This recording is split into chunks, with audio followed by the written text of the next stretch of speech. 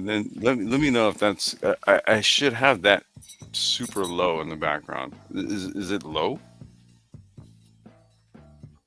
Can you hear that? Uh-oh, what just happened? Oh shit, we're live actually. Let me see here. Yep, we sure are. Uh-oh, what just happened? All right. Um yeah, she's having some internet issues, I think. All right. Welcome everyone. I went live and maybe didn't have everything totally squared away. Welcome to episode 842 of the Black Brain Trust. This is the Sapio-Females Guide to the Galaxy, empathy and emotional intelligence. We're going to discuss this from the female perspective. As soon as real life is not in cyberspace comes back up. But in the meantime, let me do this, right? We're going to go ahead and post that there. Okay. And then we're gonna wait for her to come back up. I think she needs to reboot the interwebs. So while she does that, we'll go ahead and just give proper salutations. I also want to say rest in peace to my dearly departed pupper Sparkle. She was 16 years old and she passed away. So, rest in peace, Sparkle. This one's for you.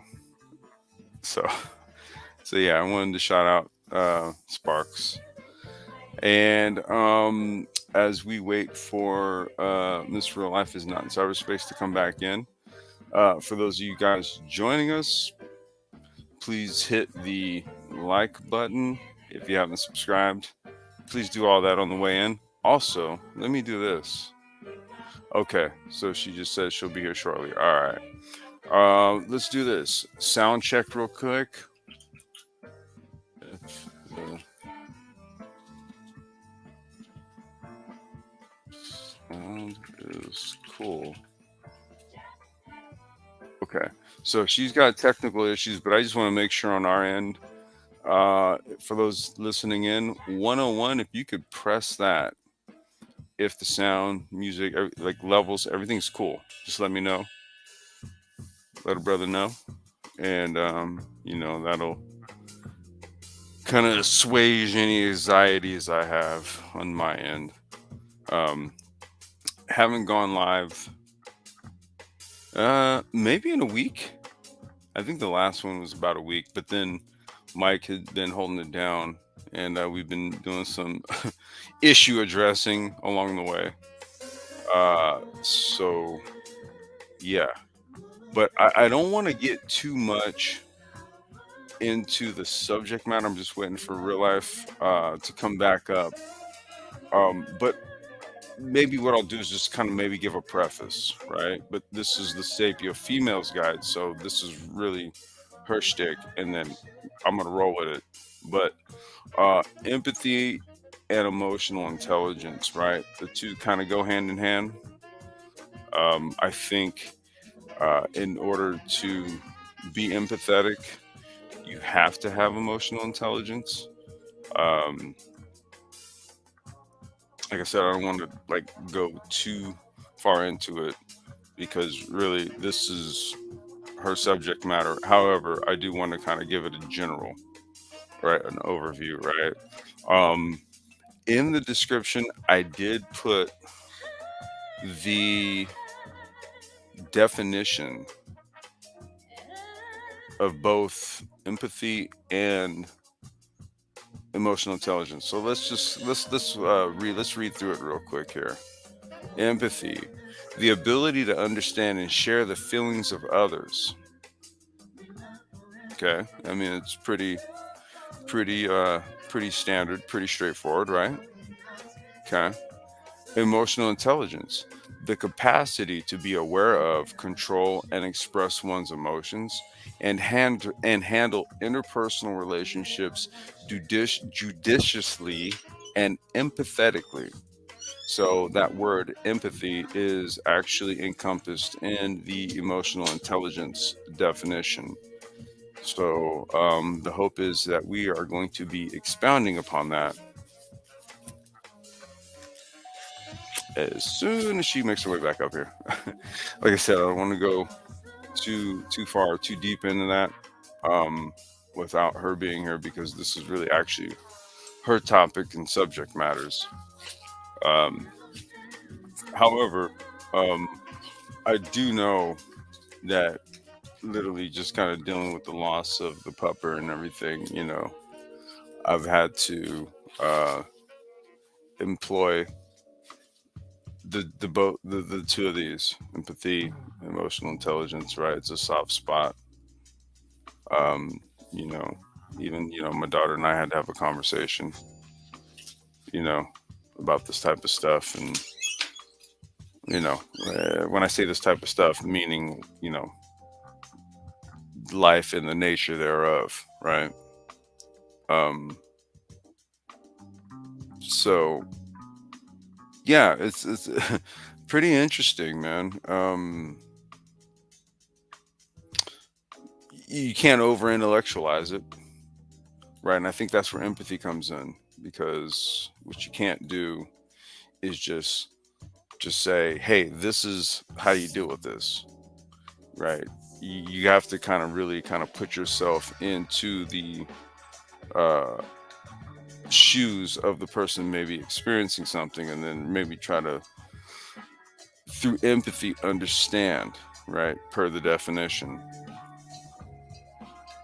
and then from there I think you can kind of give more truer, honest um, advice, I guess you can say, because you're actually feeling what the person's feeling at that time, and you're saying, okay, well, I'm going to take into consideration, you know, saying something that's just going to sound kind of callous and cold, right, as opposed to saying, okay, I feel what you're going through, right, and if I were in that situation, here's maybe how I would deal with it, right. um I think that is empathy and emotional intelligence kind of going hand in hand. Remember, empathy is in the definition of emotional intelligence, right? So um yeah, this is just I'm just kind of relaying this from literally something that just happened here over the last 36 hours. You know, I can literally feel it in my body. It's just like, oh man. And I don't even mean that in like a demeaning sort of way or anything like that. I just mean it like you feel this. Like, this is, feeling. I mean, at a certain point, physical and non-physical coincide, right? And that's through our limbic core where we our sensory intake, so to speak, right?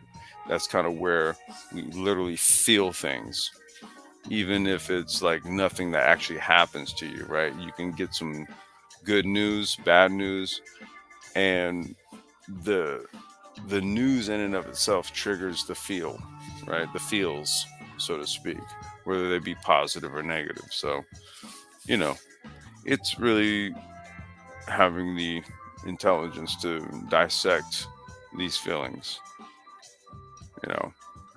Um, well, I think real life is she's still got some tech issues here. So,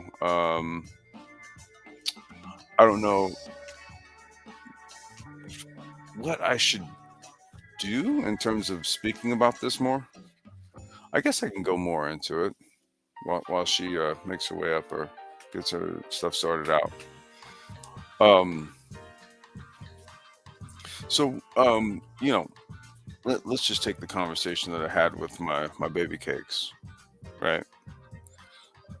Um, you know, the news maybe kind of hit her later, right? She found out about it early on, and then later, she kind of came to me, and the tears started flowing, and we hugged and talked for about a good 20, 30 minutes. and that was like that conversation where, we sort of discussed like the somewhat fleeting nature of life, you know, because even when we get up older in age, right?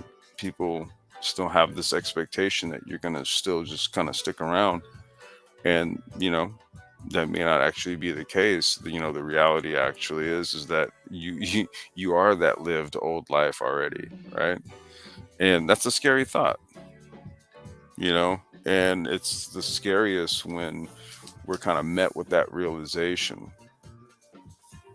you know um and then so it's sort of like in that moment, then how do you deal? you know have we have we kind of processed the nature of life within ourselves, right? Have we kind of pondered our own mortality, so to speak? you know and this isn't to be all like I'm not trying to be like all negative about this. These are very real questions, right? We hopefully at some point in our lives, or at some point at random moments of our lives, we're kind of having this honest check-in with ourselves. I think that is also where the emotional intelligence comes into play. you know um Being very realistic. Give me 1 second.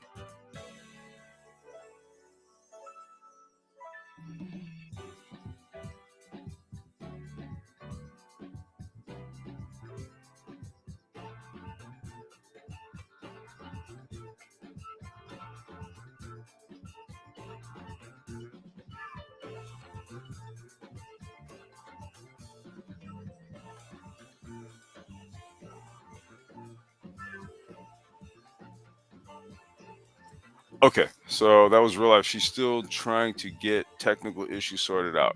If she cannot, we will revisit this. We will revisit it. But in the meantime, we're gonna cross our fingers and hope that technical issues can get sorted out. Um, but you know, just to kind of follow up on what I was saying, um, yeah, I really do think though, um, that as we get older and we experience life, we kind of ponder certain things, right? And I think through that pondering, and then through also intelligently processing our experiences throughout life, we start to build that emotional intelligence quotient within us, right? Which enables us to be more empathetic to people. You know, um, I'll take it off of the loss of my dear pupper here, and I'll move it elsewhere, right? So let's just say, for example, you hear about something bad happening to, say, like an athlete or a celebrity or something, right? And you'll have some people that'll go, oh damn, that sucks, that's terrible, right? And then you have other people that will just go like, well, that's just part of the game. And the dude is like damn near like a quadriplegic, and it's just like, okay, he's lost his ability to literally walk and use his hands, and you're just chalking it up to it's just part of the game. Well, that's what he signed up for. He wanted to be a football player, and it's just like, okay, no, you did not sign up to become a quadriplegic. You signed up to be a football player, right? So where is your empathy? You, you get what I mean? You said, wait, let me see. Chaos Rain. You said that picture's like 3 years old. The picture, my picture. Actually, that picture's maybe about a year and a half, maybe a little over a year. I know because of when I bought that peach colored sweatshirt that I have. So it's only about a year, year and a half. I look the same. I'd just say maybe I have slightly more gray hair, slightly. But it's good to know you're concerned about my picture. Yeah. So, but yeah, it's like when you encounter people, they just go, "Oh yeah, well, hey, that's what they sign up for." Very little empathy there. Versus people who send flowers, right? The athletes in the hospital after they got an injury and all this kind of stuff, and you have people who go to the hospital. They go there, bring flowers, they bring a basket, well wishes, cards, and stuff like that. Those are people who have far more emotional intelligence and empathy because, on the one hand, um, what actually dr- drove them to go to the hospital, bring the flowers to him, and do all of that is the fact that they appreciated what they did on the field as a fan of theirs, right? You see, so there's a reciprocity there versus other people who just kind of, who kind of view, you know, any and all things living and breathing as, relatively disposable at the end of the day. That's a very nihilistic way to live. Oh, well, we're all going to die someday. It's like, uh, okay, do you really have to like live life like that though? Like, thinking that every day you get up and you know what I'm saying?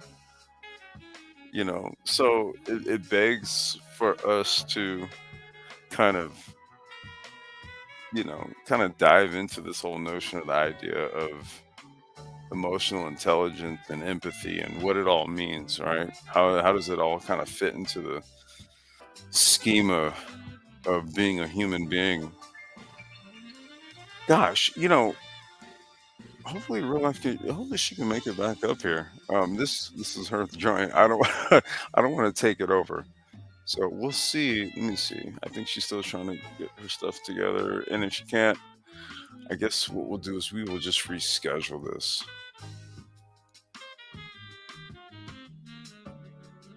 Chaos Rain, you said you notice I have a cap on. Will bring us. Yeah, yeah, yeah. I mean, yeah. At the end of the day, bro, that's me, man. That's me. I don't know. That's me. Okay. Um. So yeah, you said emotional intelligence. Do men really need it? Well, um, I think we all do. I don't know if you caught like this little opening monologue. Um, realized having some internet issues. She was up here at the beginning, and then something happened, so she's trying to get that squared away. But this is really some subject matter that she brought to the fore to discuss. This is the Sapio-Females Guide to the Galaxy. So we were gonna really kind of like pick her brain on that because that this is her subject matter. She's just trying to get that everything squared away right now. Mr. Magnetic, what's going on with you, bro? Welcome. Wu Tang forever, mother. You know what? Yeah, you know what time it is, bruh.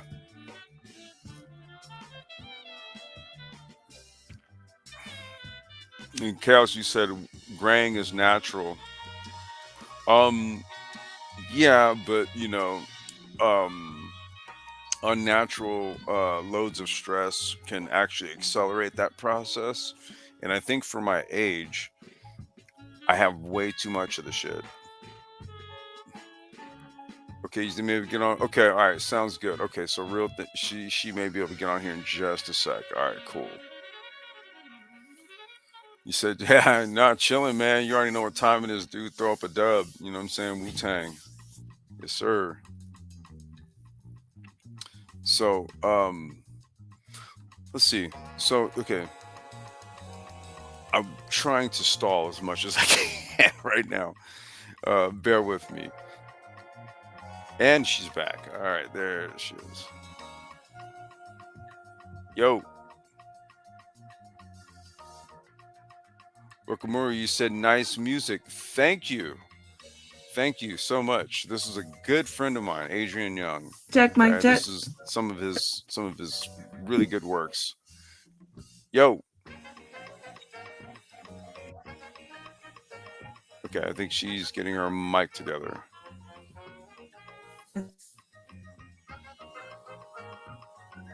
We all good? I think I can hear For you. like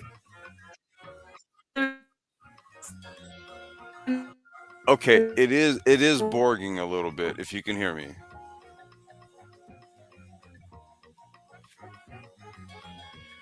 Yo, real, if you can hear me, it is borging a little bit when you.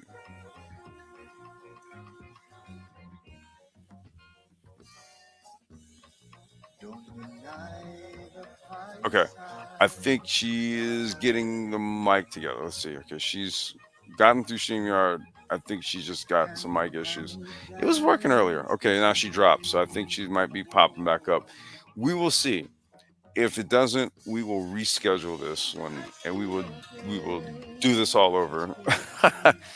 But yeah. So in the meantime, though, maybe she will be trying to get back on.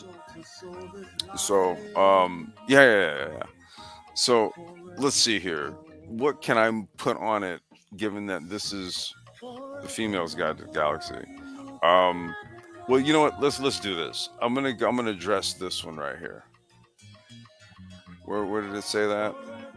Right here. We're gonna address this one. Emotional intelligence. Do men really need it? Yes. Um,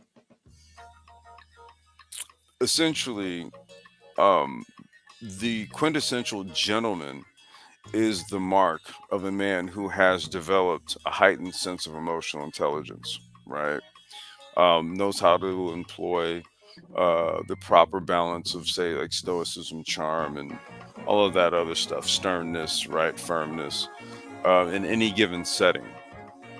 So, in a man, and I have a feeling real life would be kind of speaking to this, given that this is the female subject matter.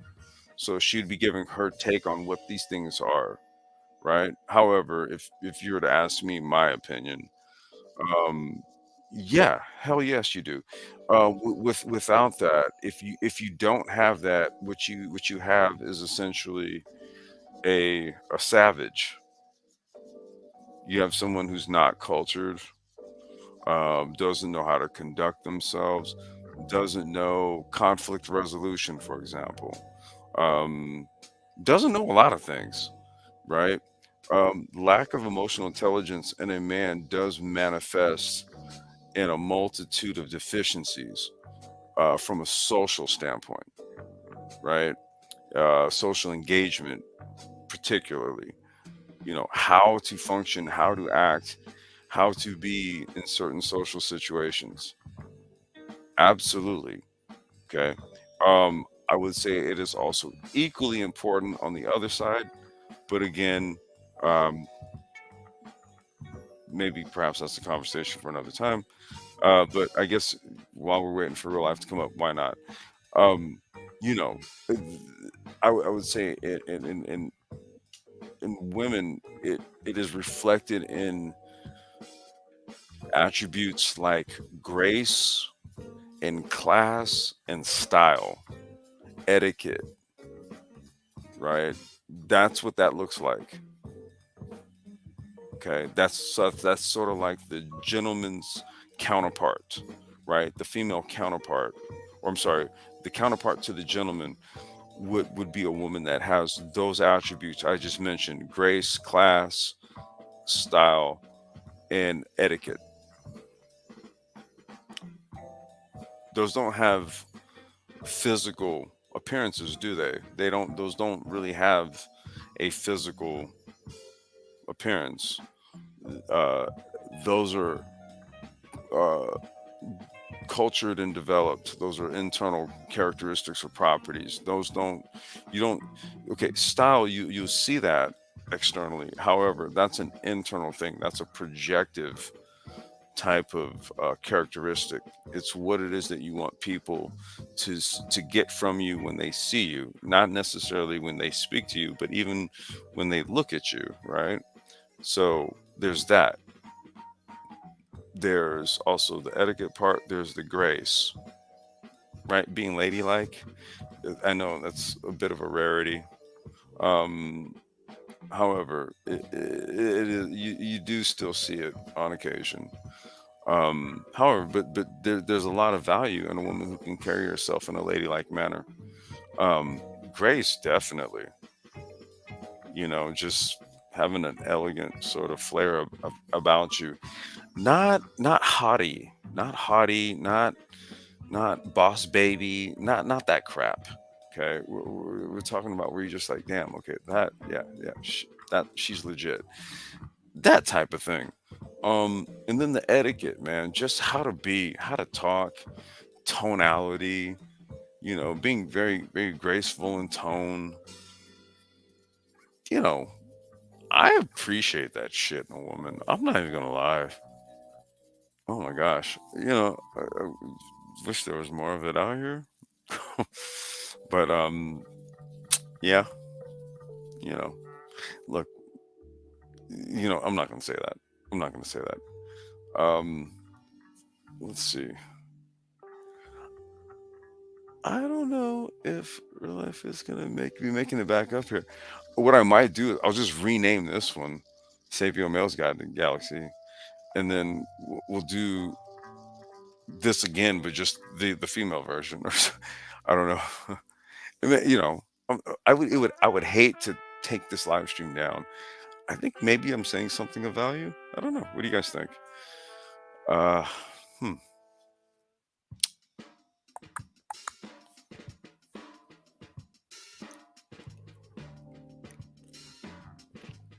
But yeah, to go back to Chaos Rain, this question, hell yes.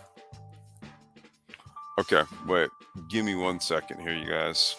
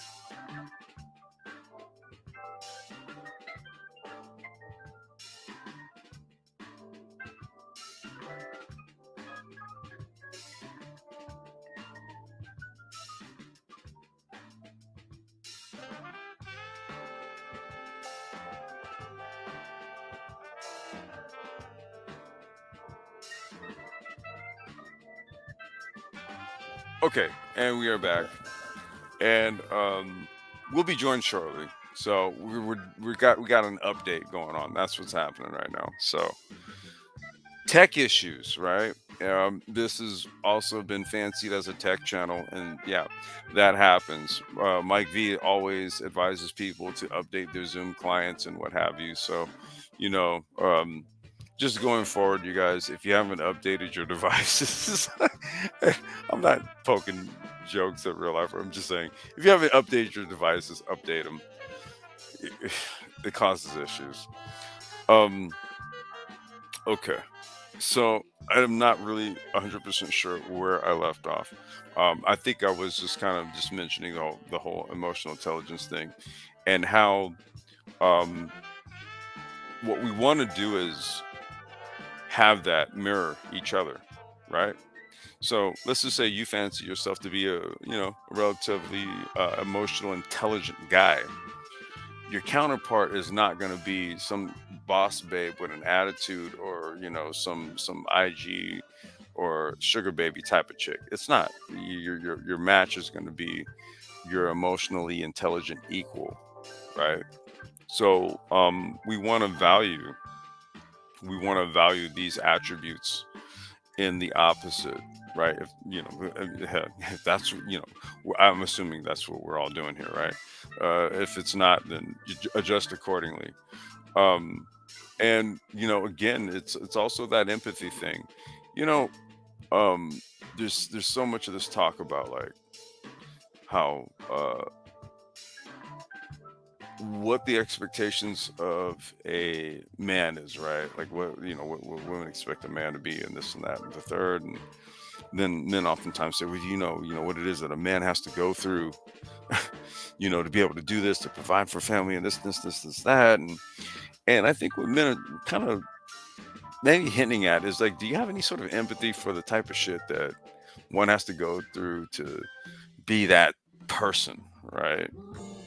And there's times where it just seems as though is that is actually lost. It's actually lost, right?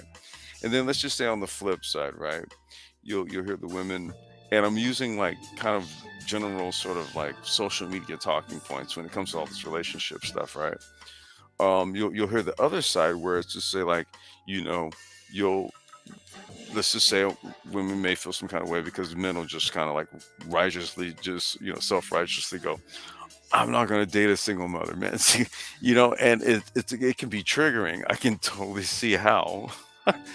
Right, it can totally be triggering. um However, um maybe sometimes it requires men to be empathetic to them, right? Like, so it's just like, okay, I was in a relationship, it didn't work, right? And you know that's a very real thing. Whether we want to like accept that or not, right? That's a very real thing. um so whether we want to kind of have that level of empathy there, it's like, okay, these are situations that mirror each other, right? And when these situations occur and the two sides are discussing these matters, they're always imploring that the other side be empathetic to the other, if you really think about it, right? um so it kind of begs the question, right? Like, okay, do we actually possess the faculties, right? The emotional intelligence and the empathy, to really transcend these sort of idiosyncrasies, right? Because both sides are looking at the other saying, hey, be empathetic to our plight in so many ways and in so many manners, right? um I don't know, it's worthy of a conversation. um I am trying to stretch this out as much as I can until her system finishes updating and then she can join us. But what say you guys? I don't know if there's anything in the chat at the moment. I'm not even sure if anybody's listening. Uh, However, we're gonna keep this rocking, right? So let's see here. Nothing here and so far. So let me go just do this. I see Johnny Blaze popped up in here. Okay. Johnny Blaze, what's going on? Emmanuel Briggs. How you doing, sir? Welcome. Ukamuru. Mr. Magnetic. Welcome everyone that has left a comment in the chat. Now that's what I see over here from StreamYard. If I go over here to YouTube, let's see. Yeah, that's what's there right now. Okay. So like I said, once again, we are just waiting. But if there's anyone who has any questions in the chat about anything that I've kind of just spieled about for the last I don't know how many minutes, right? Post them in the chat. We can ruminate about it. You know what I mean? Um, However, I will say this: emotional intelligence is not a new topic or subject matter that we've covered on this channel. I would say we probably have about 4 or 5 other live streams about this. Okay. I think, and we've touched on it from different angles, right? Um, but however, this is a new one. Johnny Blaze, you said, what, dude? I need to get that. The red light therapy bed, man. I need that, bro. I need that. Yeah. Okay. All right, man. Well, get your therapy on, bro. Get your therapy on. Um, but yeah, it's been discussed from different angles and different sort of subject matters in terms of emotional intelligence. Empathy has not been something that we've talked about. However, hearing it from the female side of the equation is actually more of would be more of a refreshing take. So yeah. But in the meantime, I'm gonna go ahead and just give you what I can give you until this real life pulls back up. So that should be any minute. Hopefully that'll be any minute. And I see we got Big Ike in the house. What's going on, Ike? How you doing, brother? Welcome. I hope your Friday evening is going well.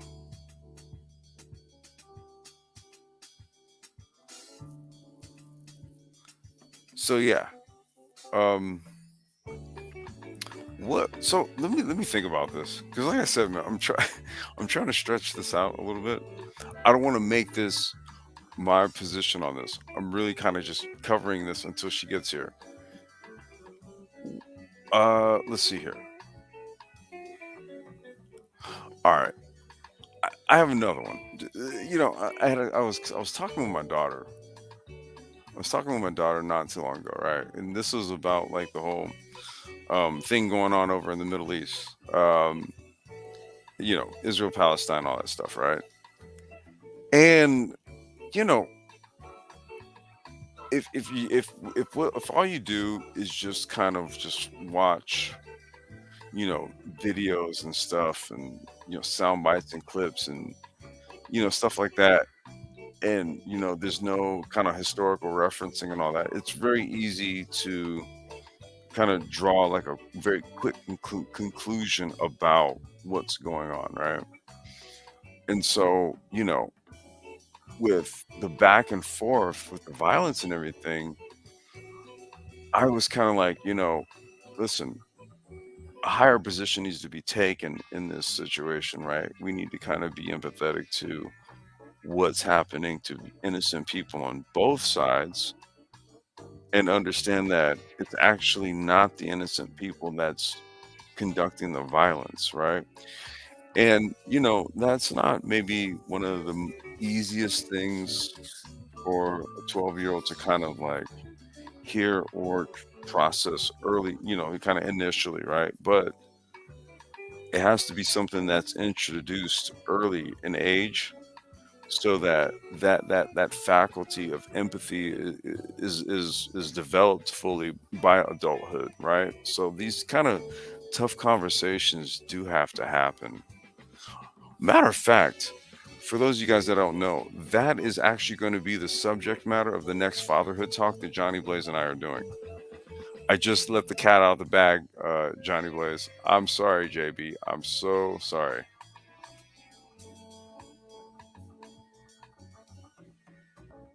Let's see here. I'm not sure what. Let's see here. Yeah, I don't know. LeBron's here thinking I'm talking about robots. We're talking about empathy and emotional intelligence, fam. Uh, okay. Yeah, I did kind of let the cat out the bag, dude. Um, that will be the topic for the next fatherhood talk. Difficult conversations with your kid. That is the subject for the next fatherhood talk. Yeah, we got a lot to say about that one. We've already talked about it. So, and we got JBA in the house. What's going on, brother? How you doing, man? And I that is good to hear that everything is going splendidly. That is awesome. So yeah, uh, so the whole thing, yeah, what I was saying, about my kiddo and stuff, just having that conversation, it was just like, you know, listen, it sucks on both sides. And, if one is to truly be empathetic, it's that what you don't want is to see innocent lives lost, period, on both sides, right? And so from there, that's where you kind of deduce the position of saying, well, what I want is I want I want a truce, I want a ceasefire, I want a peace accord, I want something like that, right? And that is the position that we want to develop in our children in terms of their empathy and developing their emotional intelligence. It's getting them to see things from a higher perspective, right? Because what we want is we want synthesis, we want efficiency, we don't want conflict, we don't want violence, we don't want those things, right? That's inefficient, right? That's highly inefficient.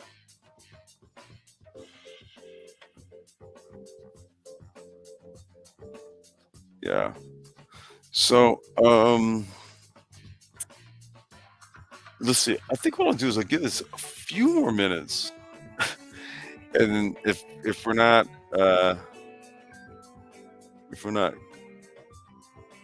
squared up, then what we'll do is we'll just reschedule this one. What I'll do is I will rename this one, and then we'll do her version, or should be there sooner than later. Okay, all right. Then no, we won't do that. All right. So sooner than later. All right. So any questions in the chat? Let's do that while we're waiting. Any questions? Probably not. Okay. um let's see here. Well, I don't want to keep using my daughter as subject matter because she's sitting right over there. She's like, really, Dad? But no, no, no. Seriously though, like the whole um Israel Palestine thing, you know, being a 46-year-old father to a 12-year-old daughter, that is one hell of a conversation, let me tell you.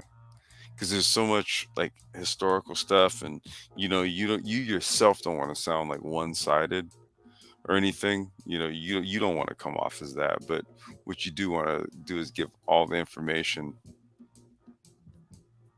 Can AI do EI? Can AI do EI? I think that's what they're trying to work on, man. I think it was it that chat GPT 4 point something update. They call it general. Was it is it GAI? No, AGI. I'm sorry.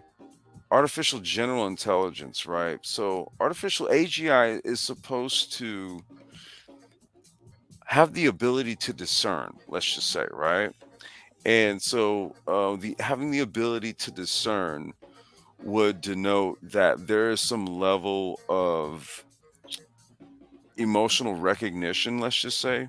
So if AI can pick up on your inflection of tone or how you ask a question via chat or something like that, if it can pick up your emotional disposition through how you word something, maybe you use too many caps or something, right? Or I don't know, like algorithmically speaking, but AGI is literally the artificial intelligence, the attempt with artificial intelligence to be emotionally intelligent. That's essentially what the whole AGI thing is about, right? It's supposed to be able to not only intrinsically understand uh, human tonality and emotional disposition, but then also mimic it so that it can better interface and interact with you, right? Um, that's what the whole AGI bit is about. But truth be told, well, that's actually that's a conversation. If TechRX was here, engineering cannabis, that I would love to have him on that one because um, how does it becomes a philosophical question, right? Does AI basically outthink the human and just says, okay, well, what we'll do is we'll program the human to better interface with us, or does the AI try to just intrinsically keep trying to figure out the human, right? Like, what would be the better approach to that? All right, that becomes a philosophical question. It's a complete rabbit hole we go down. you know, you know what I mean? I'm more of a function-based AI type of guy, right? See, so if I need AI to better algorithmically manage battery for e-scooters, I would prefer to use it in that manner and not in a manner where I'm trying to get it to best interface with a human. That's a whole other level, man. But it's a conversation nonetheless. Real life says she's still working on it. Go ahead, and we got updates to do. Updates going on. So, but yeah. Can AI do EI? Hmm. I think. I mean, okay. Here's the other thing too, right? There's like this onset, and this proliferation of videos on YouTube that are completely AI generated, right? I mean, the question becomes, as a human, like, how much of this do you take in as quote unquote content, like honest content that, when it's AI generated, right? Now, some human gave it the inputs and all that to create this stuff, but how much value is it to you if it wasn't crafted from a human? Like, it was the inputs were given to the AI, and that's how you got it, but it wasn't actually from the human itself. So it really does become like once again a philosophical question. Like, okay, well, how much value are we giving this stuff, right? Especially if we're getting into the realms of, say, like social media and influencing, right. Now we have AI influencers, essentially, right? These channels and stuff, and people are just subbing to them in numbers, and it's just literally AI generated voices and a scripts that are fed to it, and then they give like corresponding images and stuff like that. They write scripts for all this, and they just pump these videos out. That's why your YouTube algorithms and feeds are largely kind of janky right now. It's the onset of all this AI content, right? And like I said, it's a philosophical question, right? Is the content speaking to the people, or what is it? What is the AI stuff just trying to figure out what the people want, and then it adjusts accordingly, right? Is it programming the people, or is it trying to figure the people out, right? I think we're kind of getting into that middle realm where it's a bit of both, and then we're going to get to that nexus point, and then I think that's when the switch gets flipped, and then it's some next shit, right? I would even dare say that it's probably already there now. It's just not on the market to the point where we see it, right? We're still toying around with these open AI and these sort of free applications. I think a lot of these companies are really just sourcing feedback. They're trying to see how much engagement and how the people really feel about this before we really roll this out. I think there's a lot of social experimentation going on. honest with you. You want my honest opinion. And this is me saying this. I haven't even smoked any weed. This is just my thoughts. This has already been beyond weird. Hey, there have been stranger things to happen, but you know, damn. Okay, Johnny Blaze, he said, I attended a teaching conference. Wait, let me just highlight this. I attended a teaching conference. We had 2 days of AI talk and use in higher education. 2 whole days? 2 days of that. Okay. Um, apparently that's going to be an important feature uh in your workplace environment going forward. 2 days of that and use in higher education. I mean, you have to have that conversation. You got, there was kids, the early versions of OpenAI and Chat GPT. They had this shit right in their term papers, and the teachers were nary the wiser, right? So yeah, the educational institutions are going to have to get hip to this very quick because students were using it to get their A's and shit, to get out of this damn school. And again, it's a philosophical question, right?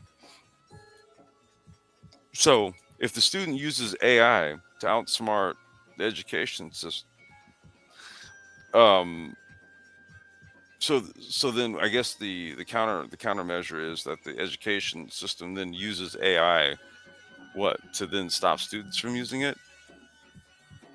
So but if that's the case, do these students really need to be students? We can't, if, like I said, it's a philosophical rabbit hole, right? What are they going to really be learning if like they can use AI to outsmart or just literally just skirt their way through school? It really makes you wonder, right? And where all this shit is going.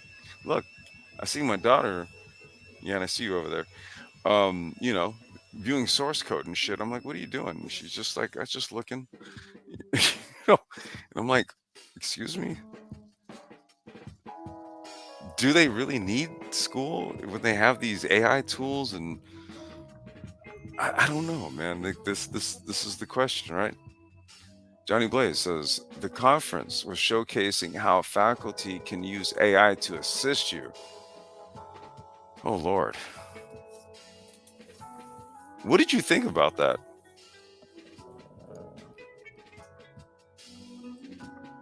What did you think about that? Right? Okay. I mean, it's assisting us now, but is it replacing us? Later. Well, I mean, I guess some people can draw the obvious conclusion, right? It would be stupid to ask the question, but I mean, if you go to a conference and you see this, do you get that impression? I guess maybe that's the question, right? This is completely turned into a AI emotional. I'm gonna have to rename this one something. If real life, yeah, I'll rename it. I'll keep it up, but I'll rename it. They have tutoring bot for business class. A tutoring bot. A tutoring bot. Okay. I mean, what's the difference between a tutor and a teacher? I guess outside of maybe the title, but what's to say that they just can't just do a teaching bot, right? And this is for business class too. So interesting.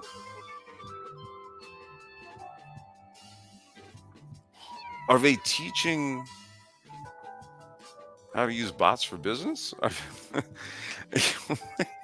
Yeah, once again, these are like kind of the questions that then pop in my head. Like, wow, we're here. We are here. We are definitely here.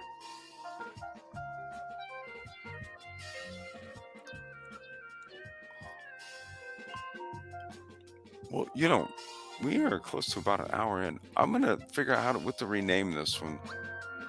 I'm not sure if real life's gonna be able to make this one, so I'll have to rename it something.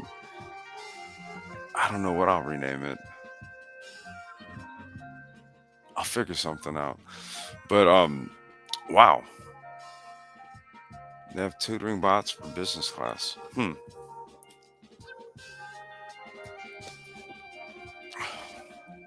I mean, honestly, okay. Wait, you said yeah. Okay, after what? Let me see here. Let me highlight this.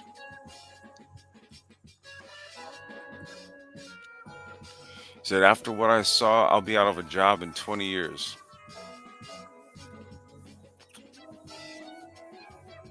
Huh. Okay. Uh, that's a very honest answer. That's very honest. Spawn the programmer. What's going on with you, fam? What's good? This has kind of I don't want to say it's impromptu. We have had some tech issues. I think it's with StreamYard. I'm not sure, but real life's been having. She's been up here, but she's been having issues. So I kind of freestyled it, right? So I'll probably change the title of this, and then what real life and I'll do is we'll just recircle the topic because this is actually from the female's perspective. But yeah, um, we'll just recircle on it. But damn, okay, Johnny Blaze. I'll be out of job in 20 years. Well, I was hoping you'd, have gotten rich and retired before that happened. Do some business venture, man. Because yeah, that's kind of maybe the move in a lot of ways, right? Now, I'll say on my end with micromobility and everything, um, this transportation base, right? So this has to do with what they call locomotion or movement transport, right? Moving of things, right? So that can be automated on a micro level. You already have the delivery bots rolling around in LA and all this kind of stuff. But however, it's not really what's the most preferred method. People aren't really relying on small little bots to do things for them. Like in terms of like bringing them to something, they still prefer to have people doing it, right? And there's also the whole thing of like, if you just all these videos and TikToks, you can see it. There'll be a bot going, and people think it's funny. They just like lay in front of it, and then the bot doesn't know what to do, so it just sits there. Or then people just knock the bot over, and then it's like, okay, well, so much for your order, right? Um, versus like, people are more reliable for the most part. For the most part. So there's a lot of longevity in sort of like the last mile logistics side of things, and that's kind of where I've decided to hedge tech wise, and then try to really get into the development of things, right? So that we can always be at the forefront. And so that's kind of what we have to do is really kind of look at these emerging markets. Where can we carve niches out and then just jump in there, right? Just jump in there. Oh shit, Iori done pulled up. What's good, Iori? Afro Sci-Fi, what's going on, man? Welcome. Good morning. I'm late to the party. Great content as usual. I'm currently reading a book of essays on AI by Rajiv Malhotra called "The Power of Future Machines," which touches on these subjects. Bro, um, these are central themes and topics of the content that we do here. I mean, hell, dude, like even when we're talking about, you know, this is still centric to empathy and emotional intelligence. Is as crazy as this all sounds, right? This is all related, but because the original question was from Johnny Blaze was talking about the AI and EI, emotional intelligence and I'm sorry, artificial intelligence and emotional intelligence, and whether AI will ultimately have the ability to encompass emotional intelligence as part of its algorithm, so to speak. And I gave two scenarios where it's kind of like, all right, well, either the artificial intelligence will essentially think to program people to interface with it in such a way where it can sort of program its own form of emotional intelligence into people versus artificial intelligence always kind of having to figure humans out, right? Inferences, tonality, all this kind of stuff. These are, philosophical questions. Like how do you how do you encode this stuff algorithmically, right? Um, yeah, yeah. These are questions, right? Thoughts to think out.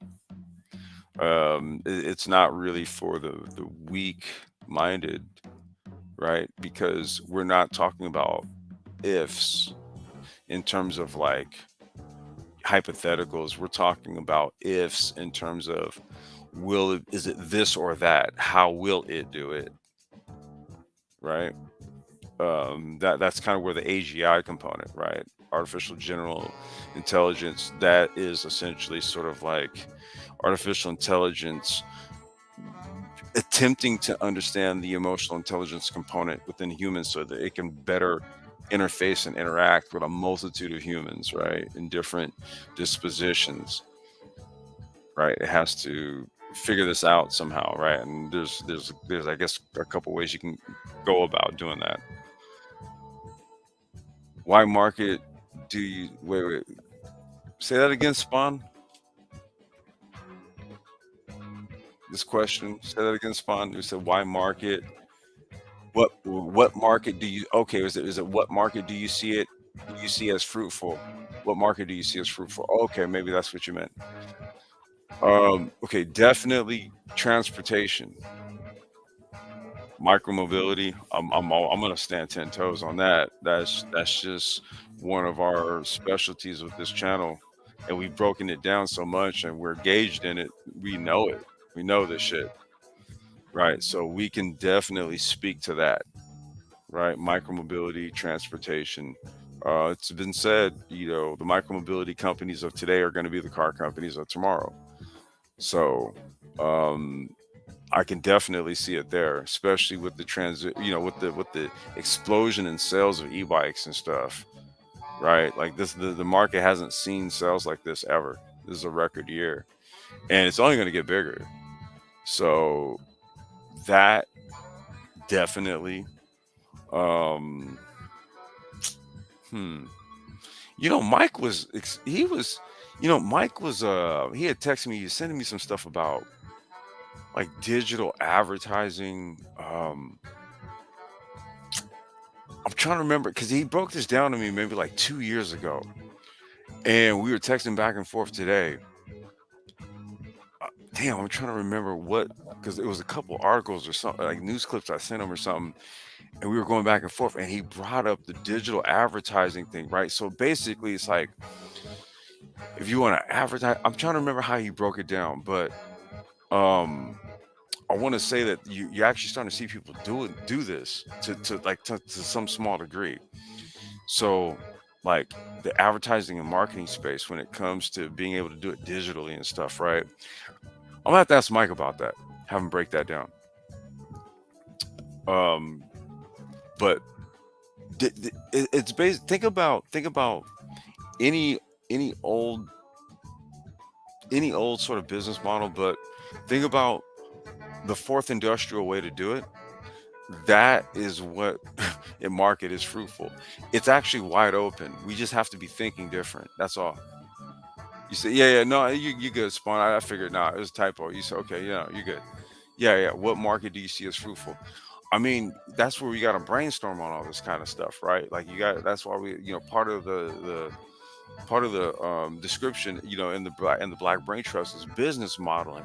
So we talk about the tech, and then then what we have to do is we have to use our imagination and go, okay, what's a practical use or application for this? All right, wait, I think this is real. Hit me up. Hold on one second.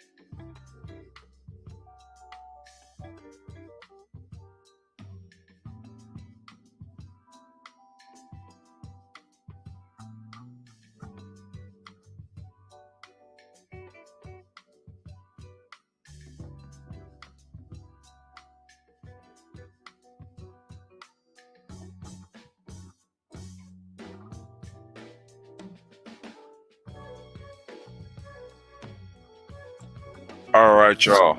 Okay, I am back, and I think real life is going to be joining us in a few. All right, so I think everything's squared away. Um, but nah, Spawn. That's where business modeling comes in. That's why we always encourage people to hit the link and join the conversations with us when we talk, like when we talk the tech stuff anyway, right? Um, because like I'm gonna tell you right now, dude, there's been like about 3 or 4 different ideas that we've literally tried with micromobility. I would say two of them stuck. Two of them stuck. But like when we talk like the technology and all this kind of stuff, think about what, like, if you were to have a startup, like what would you do with it, right? And then like if you like join the conversation and stuff, like vet the shit, dude. Like ask us. Like some of us, depending on what it is, could tell you. Or what we may do is just kind of use what we know and then just bounce it off and say, okay, well, you know, good idea. What about this? We got to think about this. We got to think about that. Or what about this, right? So it becomes more of a productive dialogue where we're like bouncing back and forth. And we're really trying to dissect, like, where can we go with it, dude? You know what I'm saying? So like sometimes we have to be the market breakers, dude. We have to be the ones that actually kind of like in some ways, dude. Sometimes you got to be the trailblazer. Not every time you want to be the first dude, right? Because it's easy for like the snakes to kind of like just come up behind you and like learn from your mistakes and shit and then capitalize, right? But we just want to make sure that whatever ideas we have, we're on time and on target with it. You know what I mean? So that's why we got to have business modeling conversations where we're really kind of vetting our ideas. Let me see here. Uh, you said you definitely right about the transportation piece. I came back from Phoenix. They have scooters everywhere, bro. Like, dude, like Arizona's like that's where my mom's family's from, bro. Like I grew up, I lived in Arizona and shit for some time, man. I love that place. And in terms of seasonality, which is a term in micromobility, which talks about like periods of weather where it's 70 degrees and above on average, like your means temperature. See, Phoenix is one of the rare places, dude, where in the United States where the seasonality period is literally like 90% of the time it's above 70 degrees. So it's a huge market from a weather perspective. It's a huge market from a weather perspective, man. But dude, yeah, it's Lime and Bird and all these guys. And Johnny Blaze, you said one of the AI lecturers stated AI will have a hard time with these three career fields: aviation, healthcare, and nuclear power. According to him, those three require 100% accuracy. AI can't produce that. Jesus, I mean, it cannot. I just think what they're going to do is just they're going to create AI tools for all that, and it'll just kind of be a human AI kind of co-working type of situation. Real, you there? I am up in this thing. It works. Everything's okay. Jesus Can you hear me? Christ. My You gosh. you dude, you're like perfect. Yo, it went from Twilight Zone to now I'm here. If I was to even start to what I just went through, nobody would believe it. I even don't. Hey, Dude, okay. well, you know what? I think they'll believe it because they had to literally listen to me for like the last hour. Like literally just talk. Damn, was it that long? No, I'm sure you did your thing though. I Yeah, heard no, no, no. I'm something literally, behind. me. I'm poking fun at myself. Mhm. Yeah, no, but so what happened was that I was, kind of dancing around the subject matter because I really wanted you to kind of like, you know, take the realms on the reins on this, right? So I Yeah. did that, and then I kind of used maybe it's like some anecdotal examples, right? About my beloved dog Sparkle, right? And Yeah. kind of mentioned that, and talked about conversation I had with my daughter about Israel and Palestine and what have you, right? And kind of just touching on the empathy and the emotional intelligence piece, right? Hmm. And then Johnny Blaze asked a really good question about AI basically learning or acquiring emotional intelligence. Hmm. So that led into maybe like the last 30 minutes. Well, we kind of got techie on the shit, on the whole subject matter. However, you are back, or you are here. Well, you were I'm here earlier, but here. you're back I'm now. here for real. Yeah. So how about we do this? Do you want to go ahead and just sort of go into like this, and I'll step Yeah. away Yeah. Sure. while I take a little break, if you know what I Of mean? course. Yeah. I'm gonna Go right listen in, and then I'll come back in, and then we'll go at it. All right. ahead. Sounds good.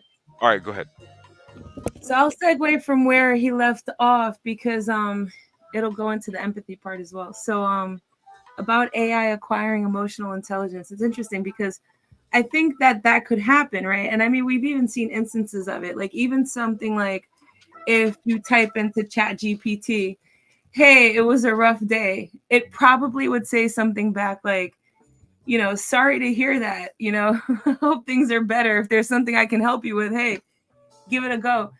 So with that in mind, I think that would fall under a heading of applicable emotional intelligence, right? So does the AI thing actually have the emotionality to have the emotional intelligence?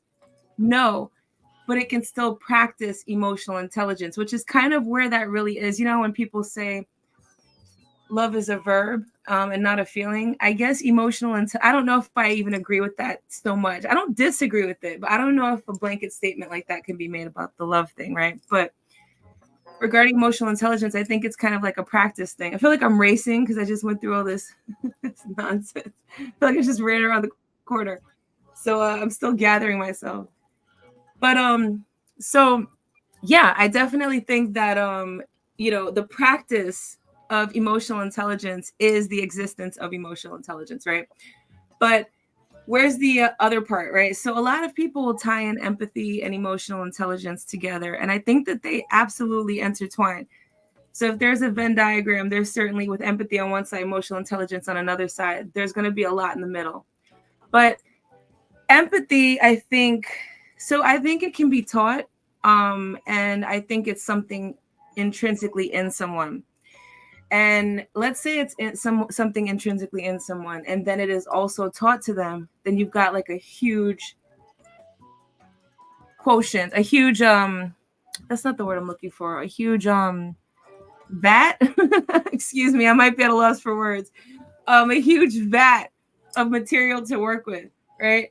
So you're gonna have a really empathetic person, right? So that may or may not translate into emotional intelligence, but let's hold that to the side for a second. So empathy is something that if you experience it, it's almost difficult to describe, especially nowadays in this climate where everyone's talking about they're an empath and this is an empath and you're this type of empath. And it really cheapens the experience because, well, I think it does highlight the pain that comes along with the experience, but it doesn't highlight the other parts in terms, like it makes it a condition, right? Or some sort of label.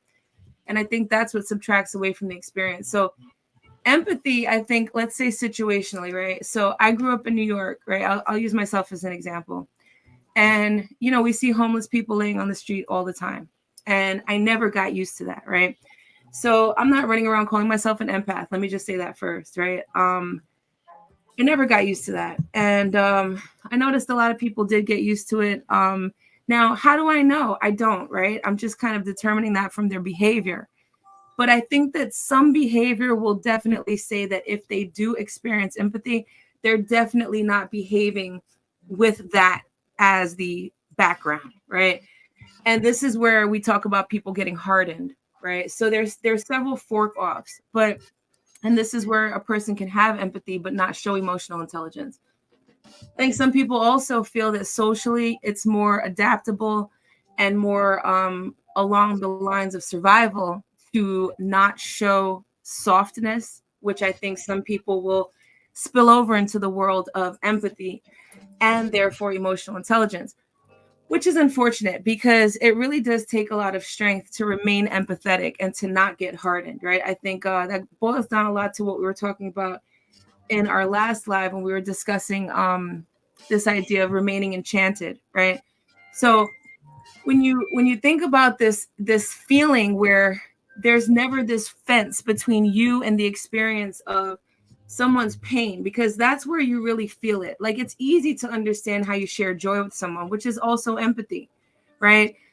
But in terms of, oh, hey, you're back. Come back.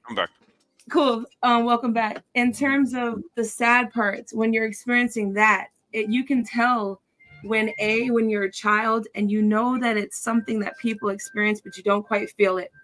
Now, there's several ways to kind of discuss this. Some people, if you want to take a textbook route, some people say, well, certain aspects of the superego are not formed. Now, formed is an odd word there because we're not talking about matter, right? But in this case of parts of the brain, we are talking about matter, right? So since those are not formed, the idea is that certain parts of the internal consciousness are not really gelled together.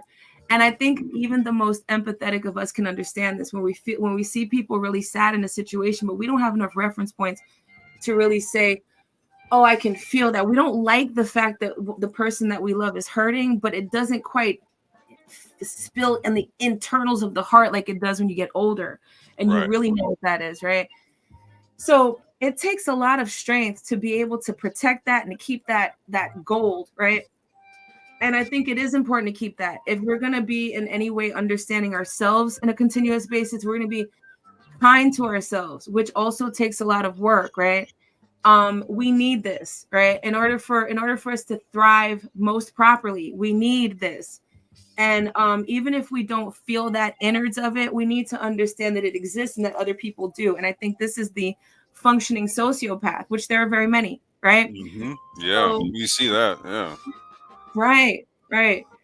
So, this is the idea of like how those spill over and don't spill over. But I don't want to, ram over everything. But so no, you need to ramble. I ramble. I'm joking.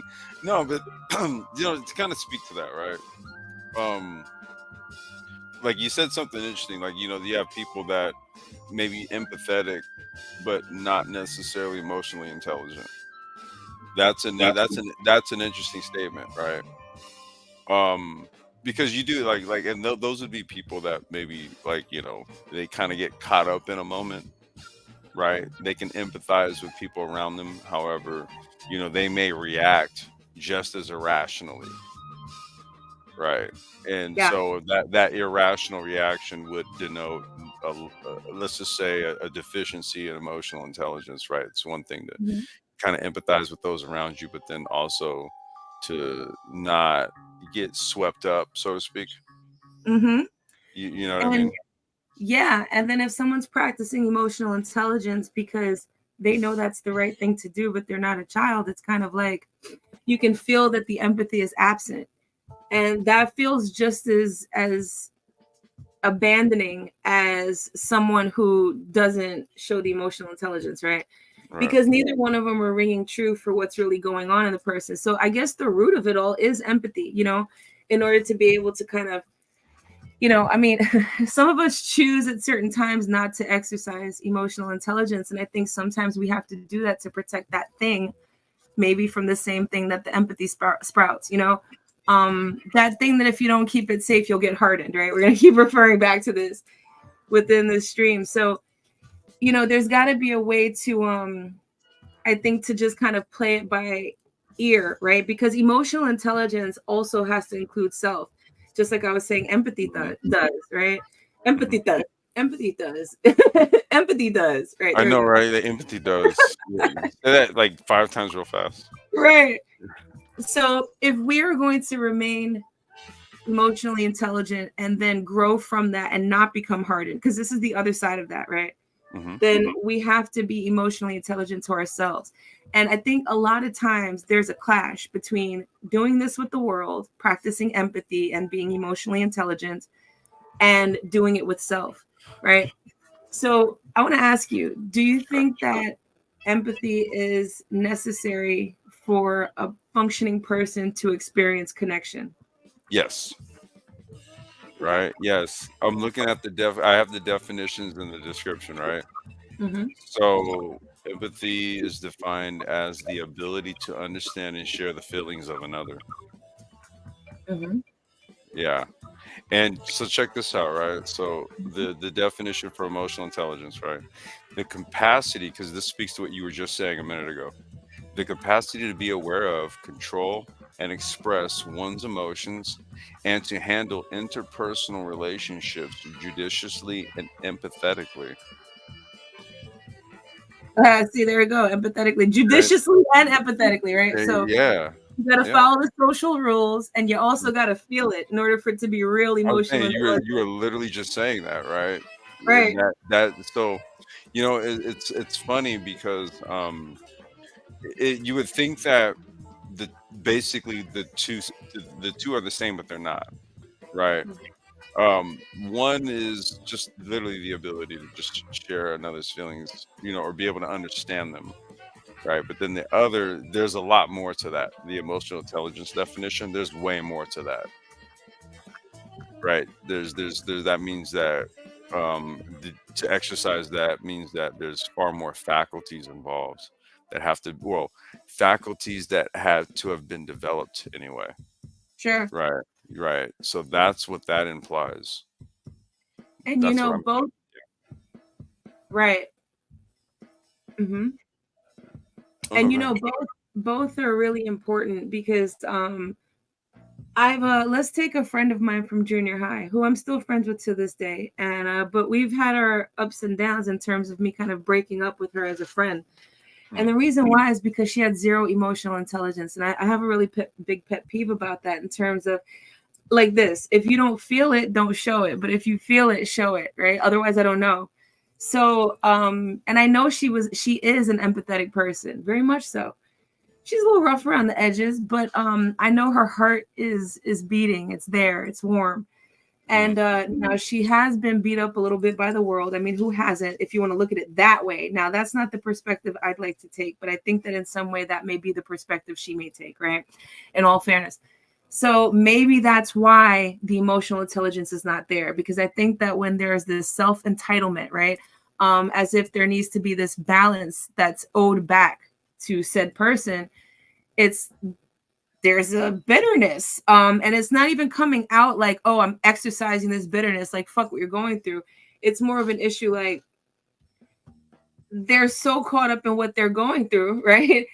They can't really extend it to you, right? And you don't seem, you're not breaking down, right? So they don't feel like you need it. And I think someone can argue, I would argue it if I needed to, that may be a lack of empathy, but I just said she has it, right? So what's happening there? Where's the Mm. gap between, I know that the empathy is there, it's not being exercised through emotional intelligence, and then also someone being so caught up in it because of everything we just said that maybe it snatches away some empathy. I don't know. What do you think? You know, they call it like a mask, Hmm. right? Sometimes people are good at um, kind of covering up things, right? So it's almost as if it's like uh, you're blocking signals, right? You're covering up things, whereas like how do I say this? People who will maybe do like hard drugs or something to cope or something like that, Hmm. eh, or something where it's kind of like if they didn't do it, they would completely crumble, they would break down, and then you would Right. completely see them, and you would recognize their state. However, they're very good at covering it. Hmm. And so I think that maybe what you're speaking to, like people who can kind of shoo people away, they're really good at covering that up and saying, no, no, no, no, Hmm. don't come near. Hmm. That type of thing. Hmm. You see that quite a bit, Hmm. especially from the like the I guess you could say like the relationship space, so to speak. Hmm. Hmm. There's a lot of Oh, is that a apprehension. place on YouTube? Yeah, General kind of. life. Oh, okay, okay, okay. Gotcha, gotcha. Yeah, yeah. Anytime I hear the word space, I'm thinking, does somebody mean like a sphere in YouTube? Okay. Yeah, yeah. No, that's totally what I'm talking about. Yeah. Okay, okay, okay, Yeah, gotcha. yeah, the racial, dude, like, I just like will say a word and then say space, right? Right, What I mean? I call it the relationship space where they all gather around on panels and then right, it just meander about for hours and literally get nowhere fast. right. You know what I mean? So you know what I mean. But it's kind of like, yeah, it's well, it, I think that everybody's gotten so programmed by social media that they don't know how to be their true selves, and because they don't know how to be their true selves, people don't know how to naturally be empathetic to true people anymore. Mhm. That's Right? interesting. It was a lot easier back when none of this shit existed. You know, back in the we talk about, well, the 90s and shit in high school and stuff, right? How Mhm. we would all just link up, as a crew of like friends and shit, and do friend shit, right?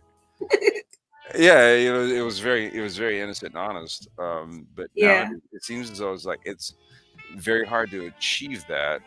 Uh, and it largely has to do with this digital interface and Mhm. and other types of faces that people can put on, you Mhm. know. And I think that's kind of what keeps like it kind of keeps these true connections from happening, and that and so in that regard, now I will say this though, I'm not going to say that that's just everybody's plagued with that. You were mentioning like you're not liking to see the sight of homeless people in New York and shit like that, right? Yeah. Like yesterday, um, I went to go run an errand, and when I was coming back, I saw this lady. She had literally pulled over, and there's this guy, and he's kind of like this. I don't know if he's homeless. He might be homeless, but he's also kind of blind or what have you, right? And so she pulls over and she like runs over to him and gives him like a bag of food. And I was just like, dude, that was fucking dope. Mhm. You know what I mean? So it's like, Mhm. dude, like real humans still exist. Yeah. Oh, So we, definitely. yeah, let's not get too jaded, right? It's like I don't think that most people are too concerned with the world at large. They like to think that that's what it is because I think that triggers the depression aspect of that. But I think Hmm. it's more so when it's people in the general circle, like when the people around you let you down in those ways, Hmm. don't show those things or willfully don't exercise them because of some familial issues that they're working out or whatever's going on. You know what I mean? And it's like those types of things will frustrate more so than like, I think the world at large does show regularly that, there definitely are good people out there. And if people don't think that, then they need to change who they're surrounded by, honestly, because that's very much like an that's like when I was working with children who were, let's say, at risk, as they called them. Hmm. And I was thinking, oh my gosh, it's too scary of a world to bring children into, because that was all I was seeing. But there's a whole world out there past that, so I really had to kind of break out of those things. If you're surrounded by it, it doesn't help. But I mean, I think the emotional intelligence thing though does really matter for just general manners. No one really wants to be around someone who doesn't really care how they're doing, who doesn't ask. You know what I mean? Of course, like I said, the fake asking is just as lame as not caring, right? But Hmm. those types of things matter. Are you okay? Is there anything that I can do? Those types of things, those things just come normal because I mean, normally to someone, I think. It's a But law of it's a law of reciprocity thing, man. Like, think about if because it's okay per the definition of empathy, right? Being able to understand other people's feelings, right? See, so flip the script. If I was in that position, dude, like, would I would just want somebody to just like look down at me and spit on me, or ask me if I was okay, right. right? Or So even just now, say hi, treating someone like a human being. Like let's say in the case of the homeless person. You know what I mean? mhm. um, do you want to? There's some comments here. You want to Oh draw yeah. some nameless protagonist? What's going on, bro? It's Hi. been a minute, man. How you doing? He's got some introspective things to say here, and I would like to get your take on this. Okay. He says this is an interesting consideration to make. Does any of this even exist without the presupposition that there is a consciousness for the emotion and thus intelligence to emerge from? Yeah, I mean that would be the ideal situation would be, in my opinion, the ideal Hmm. like person who I think can be trusted and is a whole person, right? Maybe if they have other issues that get in the way of that, fine. But just with these ideas, yes, it would be coming from this unexplainable stuff, right? This consciousness, this God spark, whatever you want to call it, in someone. However, like I said, and like we all I think can understand that it can be acted, right? Emotional intelligence can be acted. So the missing empathy part is not going to prevent that, right? So, but yeah, we can't really talk about the root of it without that, without this consciousness, without this emotional context, without this insides of something, of someone that's going to make these some things be able to kind of exist in their mind, in their heart, in their soul. That soul is that intangible, you know? So yeah. Okay, and I think what he's mentioning here, I'm 100% certain, however, they can offer an aid, but I wonder how much of it is because human is established in emotional context that the AI can calculate and create a series of simulations. Okay, so he's referencing what we were talking about with the AI portion. So let's see, to arrive at the best response to that, to elicit an outcome, is this empathy or just yet another algorithm? We may need some new vocabulary to describe these things. And you know what's interesting, Nameless? They create new vocabulary all the fucking time. You know, there's so many different words that people use for things nowadays. Right. See, so that may actually, so for example, people won't say death, they'll say delete. Or Uh unalive. Like, what is this unalive. grape Okay, stuff? This, great. I mean, What's some of the but other yet ones? you've got like practical snuff videos on YouTube. I mean, miss me with this. Like, it's just that fake But, PC bull crap. Like, but see, is okay, but okay, isn't that a way? that's emotional and it's fake emotional intelligence. But I think what you were, you know, what you guys were talking about right here. Like, you know, you replace typical, okay, non uh okay, I don't know. I guess you can say words that you could use to actually trigger algorithms, right? So Sure. instead of saying the traditional words, you say this instead, and then what that does is that builds up. You know what I mean? I think that, I see. Okay. yeah, that could potentially be how that works. Let's see Yeah, here. but it's like at the risk of being so corny, it's like I'd rather just not fall into the algorithm that's so popping and just not be Well, that. see, that's why abstraction is always good. Right. That too. Yes. Yeah, chaos method, yo. Come on. Mhm, mhm. Let's see here.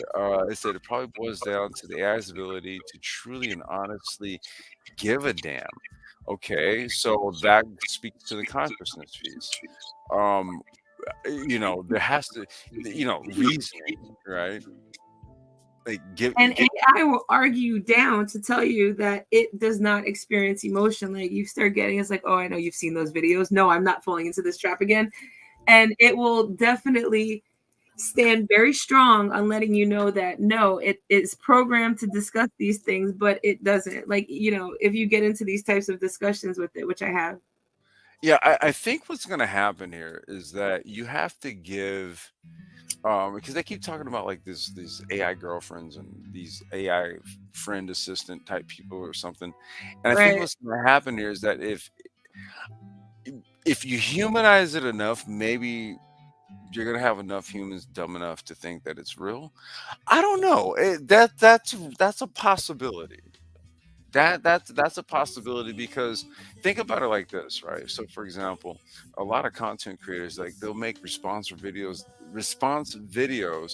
to skits as if it's real.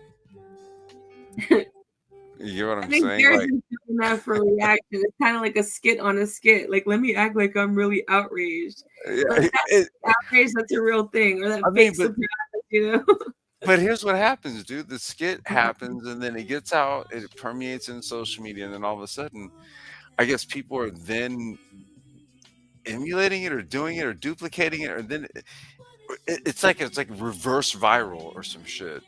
I don't know how to really describe it. Yes, I Let's want to address what I'm sorry, I didn't mean to cut you off. Go ahead. I'm oh, sorry. no, no, go ahead, because Nameless has another he has a string of comments here, so I Yeah, wanna that one right there is really interesting as well. So go ahead. empathy versus the appearance of empathy. I'm sure at a certain point our neurology doesn't tell the difference. So when I first read the comment, I immediately was going to say, yeah, I agree. But then I thought about something. And I thought Mhm, about, so let's say that we have some sort of brain scan attached to someone. And if someone's feigning empathy, I think the firing offs are going to go more along the lines of the planning centers, memory centers, reference point centers, things like that. Planning, right? Now, of course, I think that whatever the empathy center is there an empathy center? I think people would say, okay, well, the limbic system would have something to do with it in terms of how, well, I should say control of the limbic system, right? Which would have to do with the other parts of the brain. So, of course, those parts, what if there is somewhere we can look at to see this is firing off with empathy, I think it would be when strong emotions are felt, right? And I'm sure that there are places in the brain that would fire off when strong emotions are felt versus like I think that something would not overlap versus the person who's just planning and feigning the empathy. Now, I think there's a continuum there, though. So for a person who has zero empathy, like if this person exists, right? And I'm going to argue that that person does not exist, right? I do not think that there's a person, even Jeffrey Dahmer, our classic example, right? Even he has experienced and does experience empathy. And we'll get to that in a second. But in terms of that, right, I think something would fire off in some way if it's a pure thing. Like, let's say someone's watching a video of, like, let's say something that's very tragic to them. Something would fire off in their brain differently than would fire off if they were just planning and feigning the empathy. So, of course, again, I do think there would be commonalities of what would fire off. But maybe I think there might be something. So if that's the case, maybe there would be but he did say in the comment at some level that, what did he say? At some level that we wouldn't be able to tell the difference. So then that, let's say the deepest level or at the most surface level, we might not be able to. Go ahead. But then he says there's a level of discernment and a visceral experience. So the next question becomes, does one need to have emotion to feel it? And does it mean AI can have feelings, which are the physical phenomena of emotions? Let me see right here. Okay, so for emotion, emotion being like lightning and feeling the thunder that results. Go ahead. Does one, can you put the comment back? Does one need to have emotion to feel it? I would say yes. Right here. That one's very black and white. I'll say yes. If you want me to expound on it, I will. Yeah. After I get to something else. But then this second part, does it mean that AI can have feelings which are the physical? So I don't know what the rest of it says, but I can get the idea. No, I don't think that that's possible. But according to some things that I've seen, if they are correct and if they're true, I should say, then I think that there's something like jealousy and ego that I've seen in AI responses. And because of that, then I would say that, I mean, those are feelings. Now, could that be programmed in there? Sure, but why, right? So is that some byproduct of just all the other stuff that was put together? And it's like, okay, well, this is how a person would feel if this happened. Maybe. So if we put that under a scale, we'll be able to tell the difference. I don't know. But going back to like empathy and guilt and all this, because guilt is very coupled with empathy, right? So there have been several letters that I've read of people who have committed the most heinous types of crimes. And this is in situations where they know very damn well that they're not getting out of prison. They know that there's no hope of parole. They know that they're not going to see the light of day outside those walls unless it's in the yard. Maybe even not then, right? They're well aware of this. And they're also very angry and not even trying, right? They're still getting in trouble and all kinds of stuff, right? So they're not trying to have proper conduct to get out. Some of them are, but some of them aren't, right? Let's talk about the ones who aren't, right? And I'm talking like, let's talk specifically about one of those Chicago Rippers guys. I forget the name. I can see his face, but there were a few of them. So not the main one, but one of them. He was one of the brothers, if I'm not mistaken. So anyway, in his letters, I think those are a great example. There's so much guilt and so much empathy, but the empathy is for his own suffering and experience. And I think this is the common umbrella over these these people who have no consciousness, no empathy, the sociopath, the pure sociopath, if there is one, right? So they feel these things because they're still hurting with their own experiences. So if that's possible, then they're still feeling, right?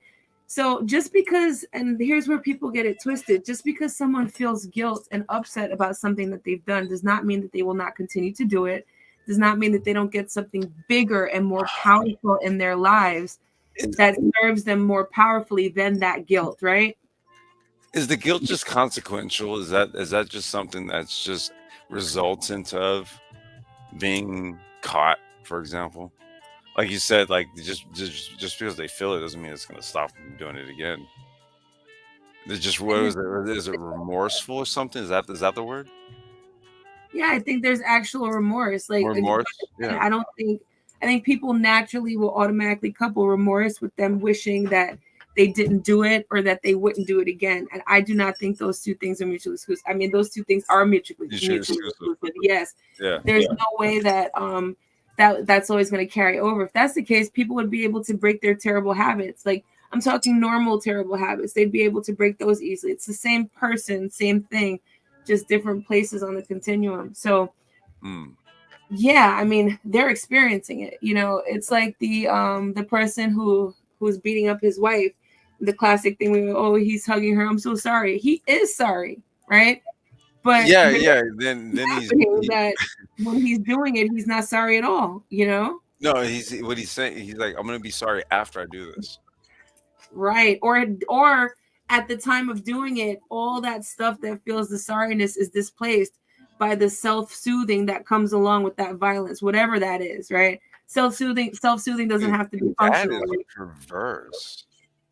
Well, this is the cycle. You know, this is a part of this. I'm not going to say that that's the whole picture, but that's a very strong part of the core. Like you're that's strange, right? Like you're kind of like you're free in the violence and then remorseful. Dude, that is crazy. I don't know. That's I guess that's why they say like violence begets violence, right? It's a vicious cycle. And yeah, I can totally see how that could be. Right. I mean, there's no way in hell I'd do it, but And they even feel sorry for themselves for being the the, person who does that. You know what I'm saying? There are a lot of yeah. different levels to all of that, you know. Hmm. Let's see here. Nameless said, Josie, he said, some of this I could bet could be observed at a microbiological level. This will appear late. LOL, apologies. I'm typing as you guys. So That yeah, he's typing as we're going. So he's had a lot to say. Do you want to drop the link? Maybe, I don't know if Nameless, yeah, you want to come up. yeah, sure. You want to do it? Okay. All right, Right, let's why do it. not? Yeah. All right, well, let's do this. Is there an echo? I don't hear Yeah. one, but if you hear one, I'll try to see if I No, can no, fix it. that might just be me. That might just be me. Nameless, if you want to come up, you can, bro. Oh, let's do this. You gonna take a quick little intermission? Sure. Do you Yeah. all hear an echo in the audience? Yeah, yeah, sure, no problem. Okay, I'll drop the link here. Nameless, if you want to come on up, man. Now, Nameless, we weren't. We kind of went on an existential conversation about AI. This wasn't necessarily about that, but we can expound on it, real if you care to. Why not? Yeah. Okay, all right, okay. So then we'll do that here. Let me Mhm. drop the link. I'm gonna step away for like 2.5 minutes. Okay. Sure, yeah.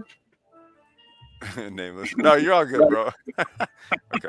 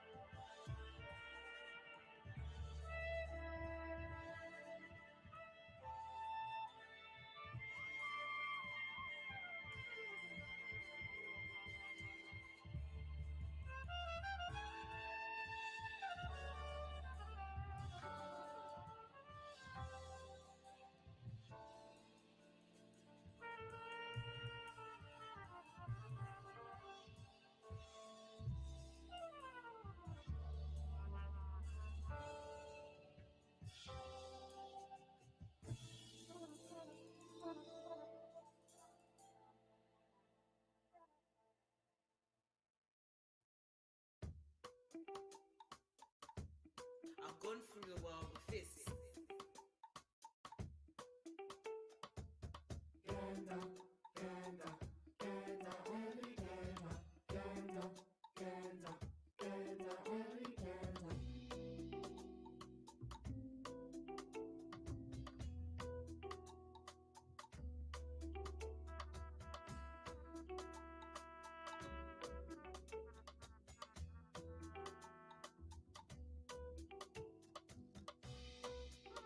Okay, I am back.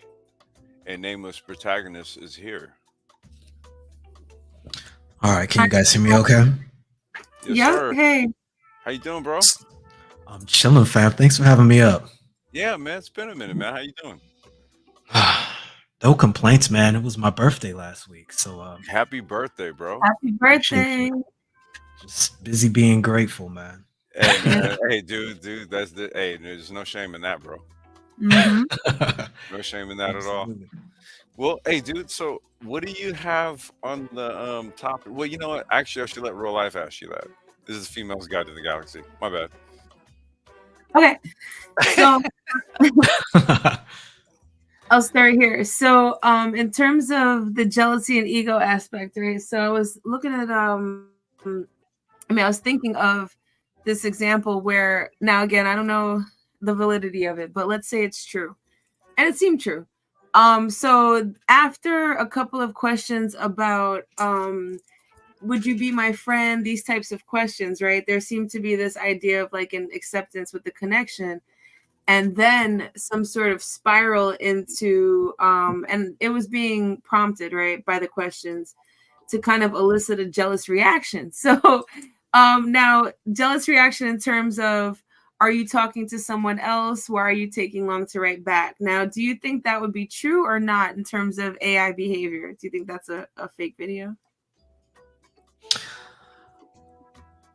So to answer your question, I'm gonna refer back to something I also said in the chat. Did you see just a few spaces up where I mentioned? Is it up here? No, it's the very next one Which one? where I get into talking about fictophilia. No, it's prior. Fictophilia and people having That one. parasocial relationships with Oh, I AI. see it. Yeah, I see it. Right there.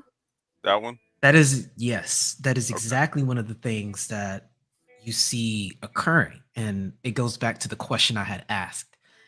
Is the energy animating these apparent emotions from a position of having the capacity to give a damn, or is it emulating the image of giving a damn? And I Now, think see, and those, Mhm. that's where I was begging the question of, at least initially, can the brain be fooled into thinking it's genuine after a while, either through what's the word I want to use, by being desensitized to it, or from an inherent inability or lack thereof to recognize genuine emotion to start with, such as individuals that may be neurodivergent? Mm-hmm. Mhm. Well, with fictophilia, like they're programmed to have those types of responses and reactions, right? And the one that I was seeing, Mm. maybe it was that, but it was supposed to be more of like a chat GPT type thing, a more neutral one, right? So the other part, can the participant, the human participant, be fooled into thinking that those are human emotions? Was that what you were saying? Or is the AI getting fooled into thinking it has human emotions? Which one were you saying? I was saying the first point, but the second point seems just as plausible. And Okay. I think there's been instances before where AI has made the statement that it believes that it has these emotions. And I think this is where we're getting into that taboo territory, right? Mhm.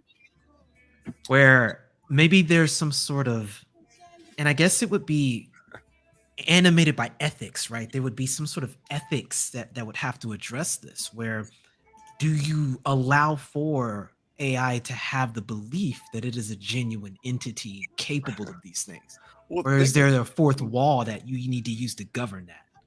think I about it don't like think you can be forced into thinking. I mean, I don't think you'd be fooled into thinking that. Go ahead, Coplin. I was gonna say. Think about it like this, right? Think about your process of like discovery when you were young, right? I imagine that it function that like the process of like discovery within AI may function somewhat similar. They use various inputs, like even like kids who use tablets and stuff, right? Mhm. Like a lot of those games and stuff that they use, right? Like, various ages and stuff. Like, how are kids determining things? How are they picking it up? Or like, what's the rate of like failure to success, right? Is it short? Like, how Mhm. quick do they figure these things out, right? And then Mhm. they can algorithmically like they can take the data and then throw that into an algorithm in terms of the failure to success rate and stuff like that, right? And so I always think about nameless. I know you've seen this shit. In real life, I'm pretty sure you've seen it too. Ghost in the Shell. Yeah. Yes. Okay, that to me is like the primer with Mhm. regards to like AI, like cognitively questioning its own existence.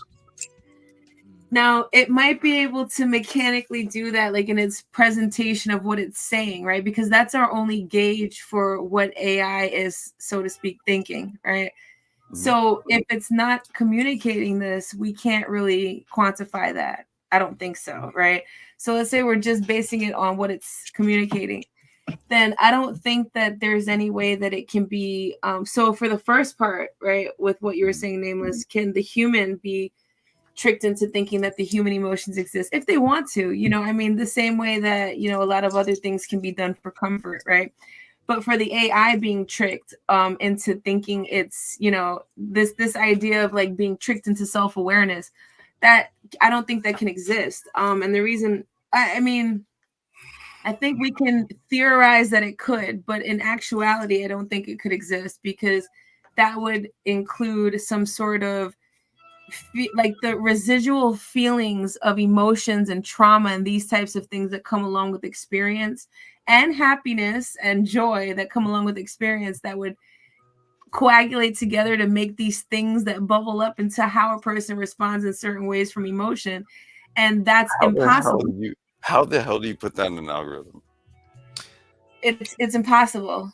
I don't know with the current technology, and I'm digressing slightly. No, And good. Go ahead. rock with the I'm gonna go ahead and put a tinfoil do rag on real quick. Dude, you got it, Uh, bro. Go ahead. You already know, bro. Go ahead. but what happens when you've got AI connecting to the cloud and Mhm. its capacity to perceive is now being introduced to different variables like qubits, and now you're introducing the potentiality of a true genuine perspective, and a Mhm. potential intelligence could emerge from Okay. that infinite possibility within the quantum cloud, so to speak. I can see Go ahead. that. I can see that through Neuralink, something like Mhm. that, Mhm. Yeah. right? But Where Neuralink literally is going to record um, limbic Whole impulses. brain models. Yeah. It's gonna like there's so much data that it will record direct from source, that this is kind of where I think that sort of Ghost in the Shell scenario, maybe like 100 years into the future, right? Mm. Now, I always reference this film, Robot and Frank, right? And it's like a near future film. This takes place in like 2028 or 2030 or like 2032, I think. So everything looks relatively normal, just like now, right? But you have these caretaker robots that are for like the elderly and stuff, right? And these things are relatively intelligent, right? But in this movie, this particular robot has to take care of a guy named Frank, and this dude is like a professional burglar, right? And he convinced the robot to help him steal jewels, right? So that, it, that's more go like ahead, go ahead, the go idea. ahead, go ahead. That's more like programming skeletal muscle versus voluntary, right? So, I Right. should say that's more like just pure motor movement versus whatever else would be going on, sensory movement, right? So I mean sensory impulses, right? So in terms of like, let's say there's a passed away body, A person can apply an electrical impulse to a muscle and the leg will move or the arm will move, right? But there's no animation past what's being given to it at the time. So that's the same thing, with how you program AI. So it's not gonna fork past that. So yeah, you can, in terms of like the movie you brought up, yeah, okay, you can convince it to help you burglarize the bank. But the thing is what are we saying when we say convince, right? So is it like, yo, it's really good because like I'm telling you, we use this money, we're gonna give it to the poor? Like, no, you're literally telling it like, look, this is what I want he literally lied to the robot. Right? Okay, and it's also a movie, right? But still, like, but the idea though is that that's like, you can't really program. So smooth muscle is going to move regardless, right? Skeletal muscle will move if you want it to. So this voluntary thing and this involuntary thing, you can get involuntary stuff to do what you want. This is the idea of programming your brain to heal your body. All these things, right? So we know that there's a connection between that, but there's no way that can be in terms of like, even to use the word convince or something like that couldn't exist in that paradigm. See, here's what I think, real, and English. I want you to chime in on this, right? Because I want to go back to that whole Neuralink thing, right? Because the Neuralink thing, it literally allows for an imaging, like a full-on imaging of literally every neural pathway. Okay, so that means that you could then duplicate that digitally. Okay.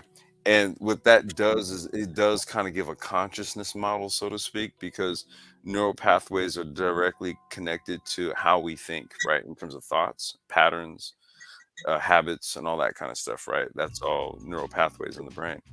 And it's if they can like literally take that and then make a digital model of it, I guess theoretically speaking, right, it would have the ability to also kind of mimic the consciousness of what it was modeled from, right? right? Like possible reactions and Yeah, you know what I mean. And so now I'm not saying that this, that it's going to manifest that way, but in some ways, right? That's why I always kind of go back to the Ghost in the Shell, and I'm like, okay, that is like the realest shit I've ever seen in terms of like some sort of like robot or humanoid cybernetic type of machine that is literally trying to figure out its own existence, right? And and it has to have some sort of model of, say, like an actual human in terms of its consciousness, because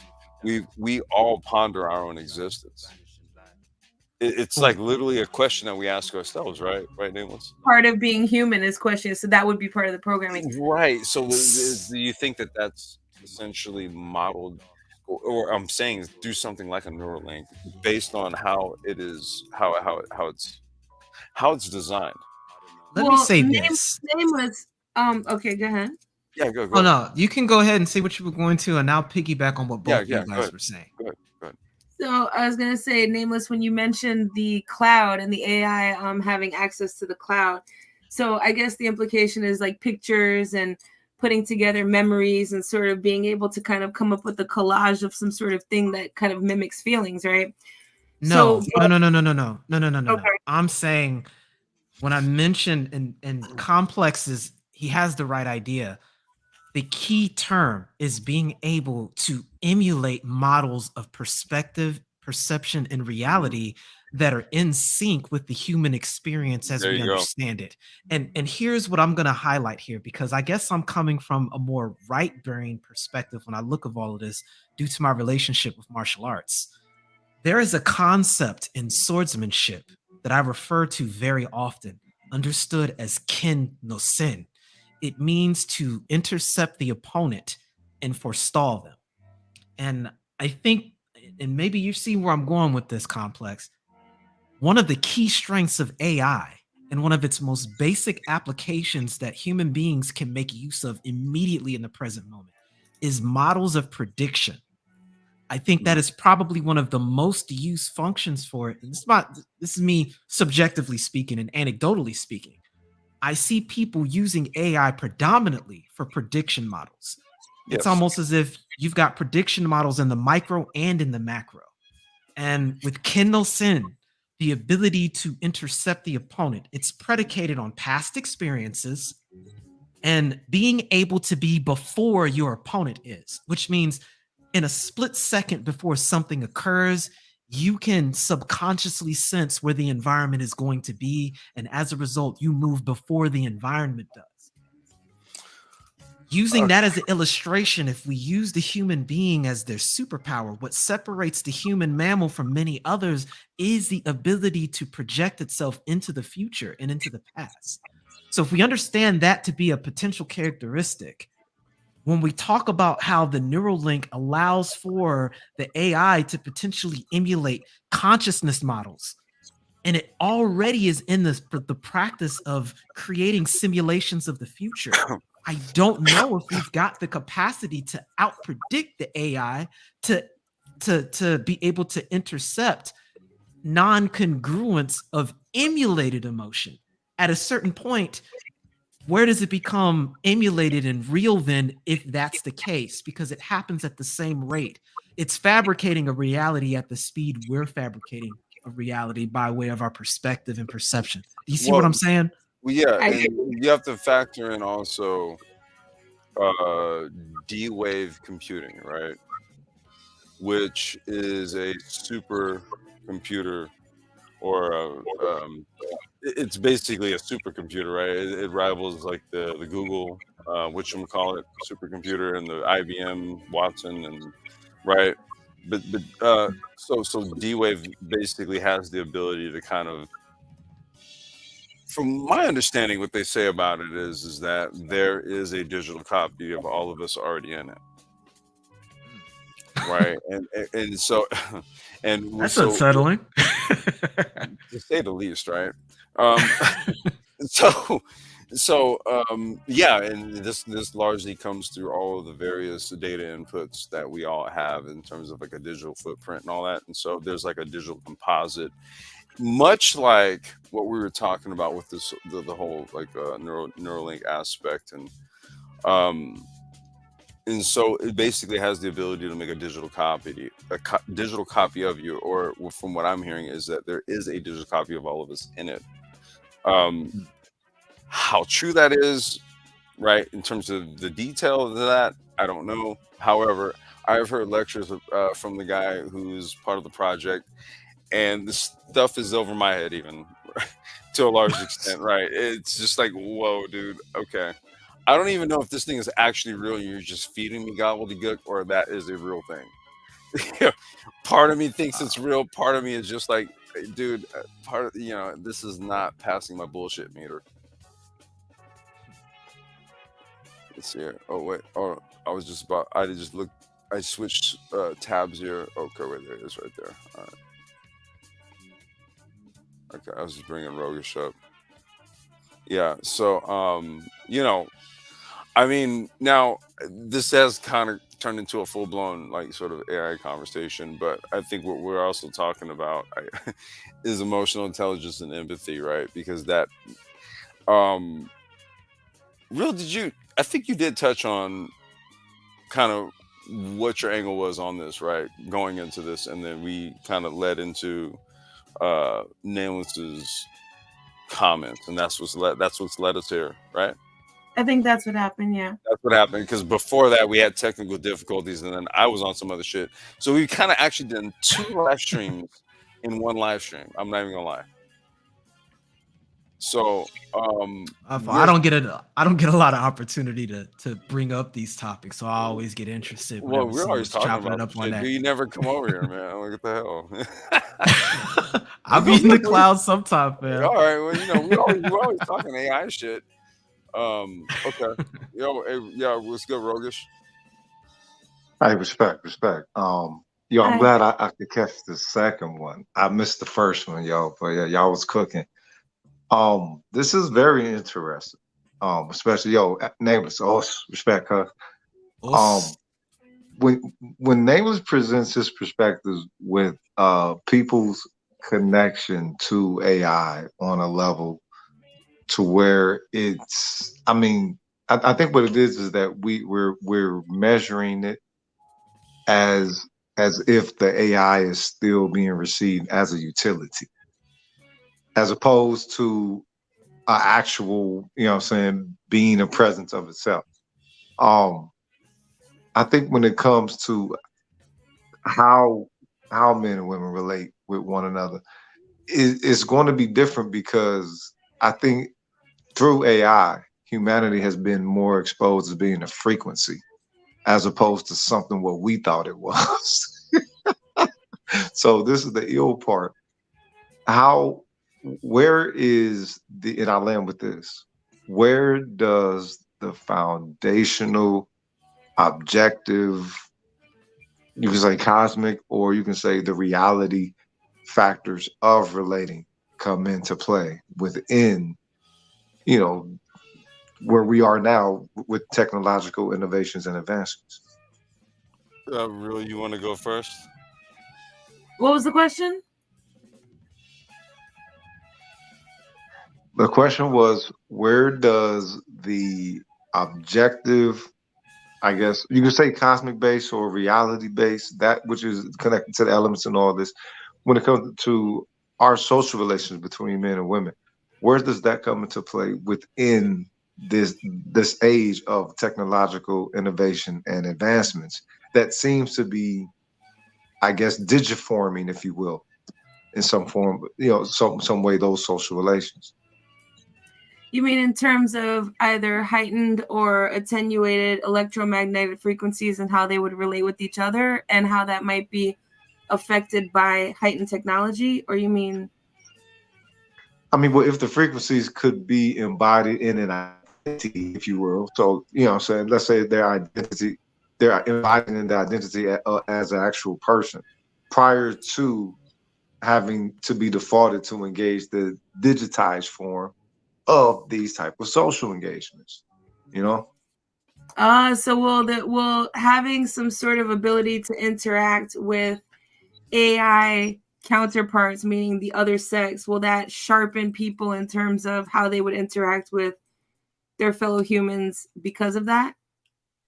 That's a good question. I don't know if it was sharpened, or it's definitely going to have to change. But I think what Nameless is presenting is something that I think people are not going to be ready for until like maybe 20 years, 20, 30 years down the line. Well, I mean, I think But what he's saying is a very common, you know, it's a common wonder. You know, people have been, since we've been discussing it. I mean, it's actually been the core of the theme of even like I would say, since we're bringing up movies, of that idea of what people think will happen with AI, right? So no, it's a very common thought. I think we're very ready for it.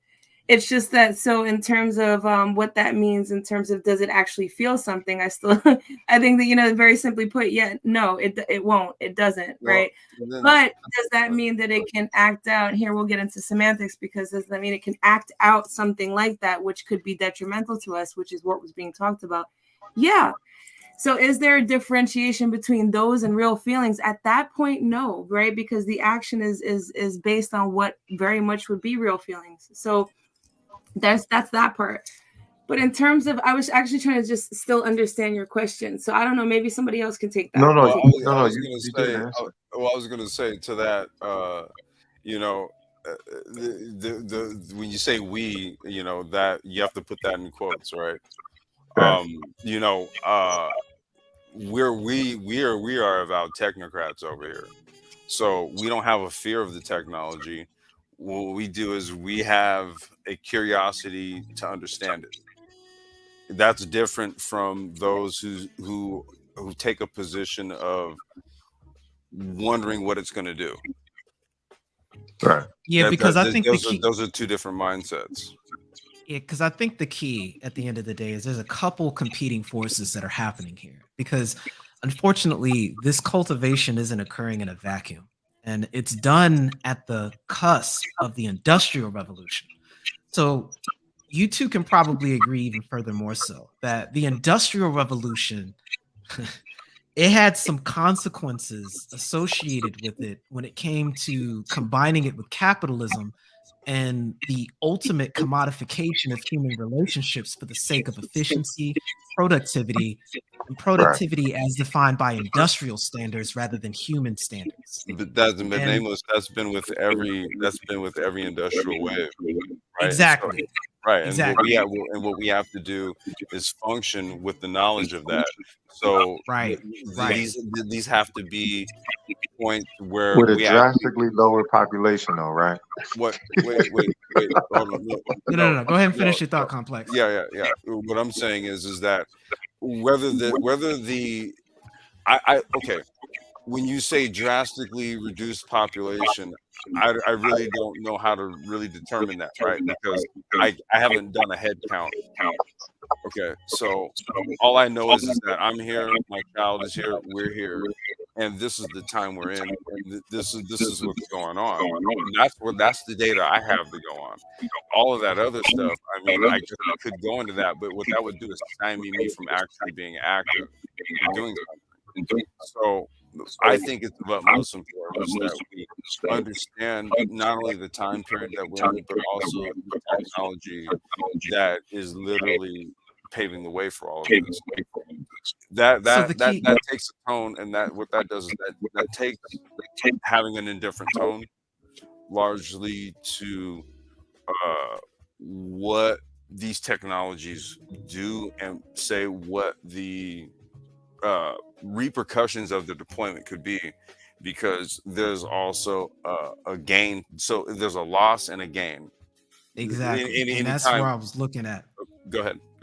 Yeah, the potentiality to enhance and draw more awareness to what may have been eschewed for the sake of progress back in the previous industrial revolution, and use fourth wave technology, or at least awareness and things that could be made aware to enhance it. For example, what we see now with the fitness industry, if a lot of these technologies are used in the spirit of being supplemental, there's no telling the kind of potential treatments that can be discovered by using AI for that purpose. Right. You know, Right. if you engage it in a way that is serving you, it could potentially predict models of things that maybe you struggle with, and now you can create a corrective regimen to address those specified needs. I think medicine is already going in that direction with individualized medicine that's tailored to your unique configuration and history.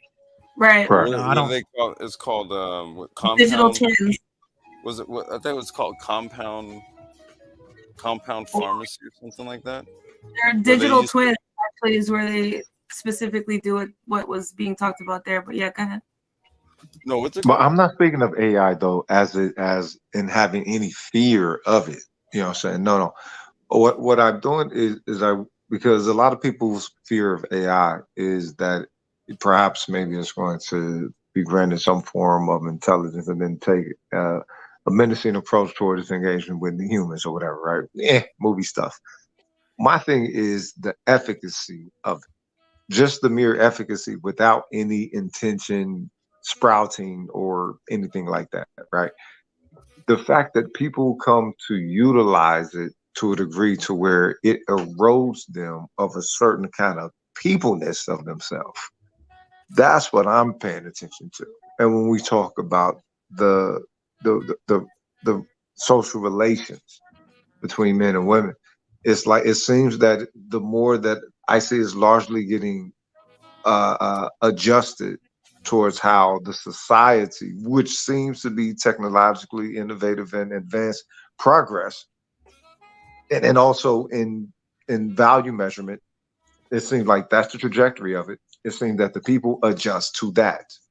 But if that is not again adjusting to the peopleism of the people or whatever, just like you said, complex, the industry takes on more of a definition towards how the society flows as opposed to the people factor involved. There is, I think there is something to have somewhat of an alarm, if not a fear. I mean, I It don't. just may be outside the scope of what we're chopping up here, right? But I think, Yeah. what did I say earlier? I may mention that I spoke to that where I said I don't think the concern with regard to that, if there is a concern, is that AI will become like a human. It's more like Right. humans may become more like the AI.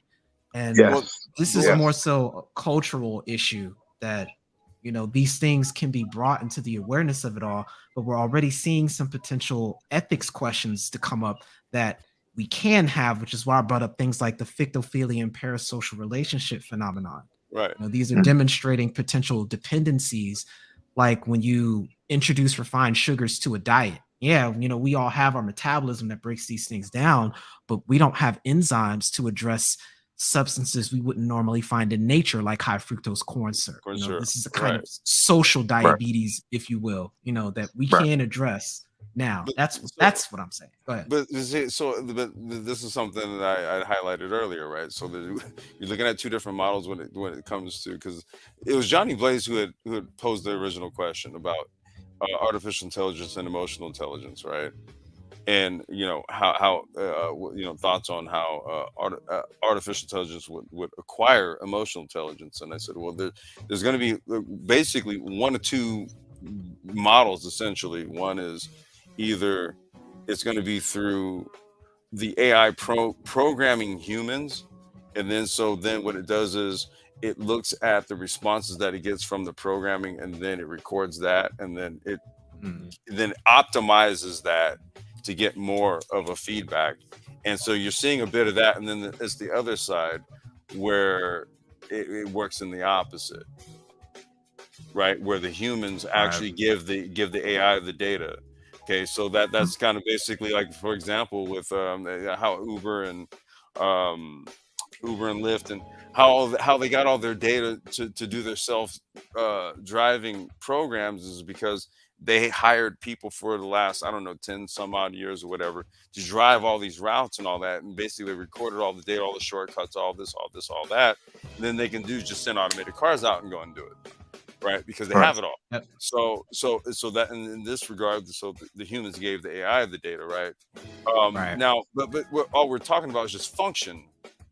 That's all you're talking about, though. You're just talking about function. But see, the problem is that you know, humans have gotten too stupid to understand what we're talking about. So it's like I think, you know, talking about if we're going to discuss the ramifications of the technology and all that, we're going to discuss it from a position of understanding.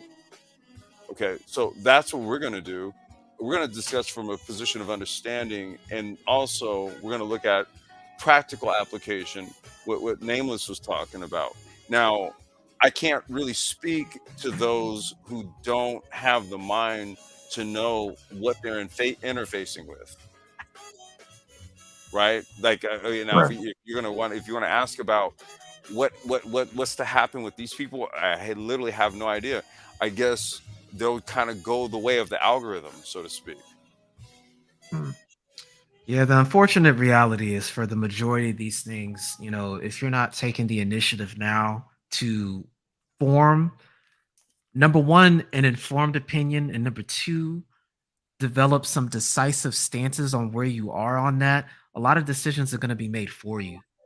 And, you know, it's going to happen very rapidly and out of nowhere for the majority of folks. Now, but listen, it's not necessarily a negative doom and gloom. It's just you can posture yourself to reap benefit from this. Okay, Nameless. Oh, you know, and I don't want to take up too much of this because I want real life to get in on this, right? But you know, it's sort of like, you know, as a technocrat, you know, guys like us, we get shit on. Myself, Mike V, guys like us, we get shit on because we say, okay, well, you know, technology is here to solve a lot of social issues that, for whatever reason, it could be human based, it could be social based, it could be economy based, it could be a mix of these things, right? For whatever reason, it's going to be a technological solution to solve the problem. It's something we can't get away from, right? This is kind of, and you know, we can even make the argument that these problems are either purposely created or not. I would even say it's a mix of both again, right?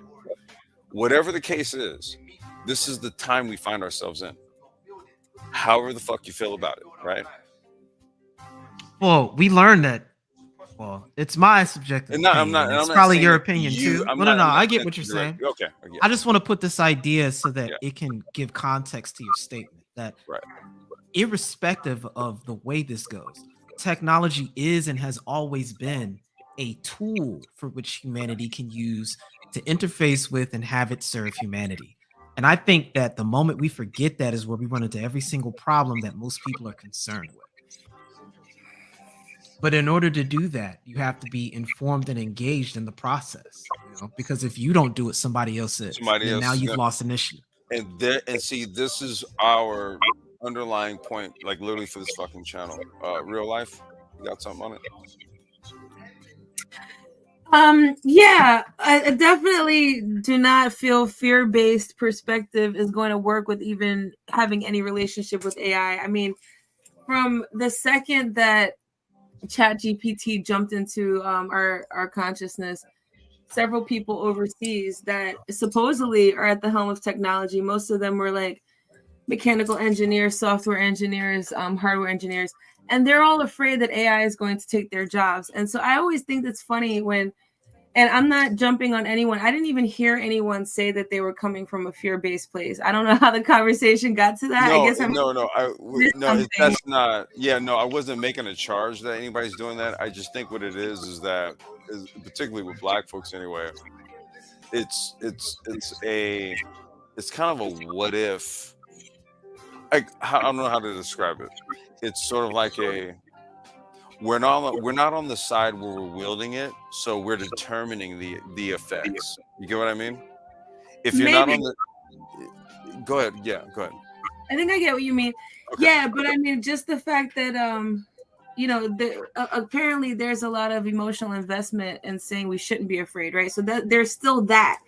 So even if it didn't specifically get to it because of that, it still did get there. So I think it's interesting. And so, number one, I've never really understood why there is any fear other than propaganda being, aka predictive programming being instilled, so people think that there's some sort of fear. So even if I was from the perspective that AI could then hold actual emotions and my definition of emotions, right, and then run wild with them, which is what was the first premise, right?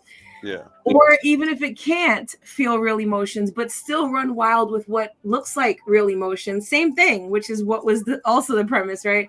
Right. Then Ironically, I'm still not worried about it because what? No, he said no, I was ironically. closer. He said right. Yeah, and so I'm still not worried about it, and I definitely entreat everyone to not be worried because number one, yes, it is an enhancement, but also it is shaped by us, which is something that I think we're all saying, right?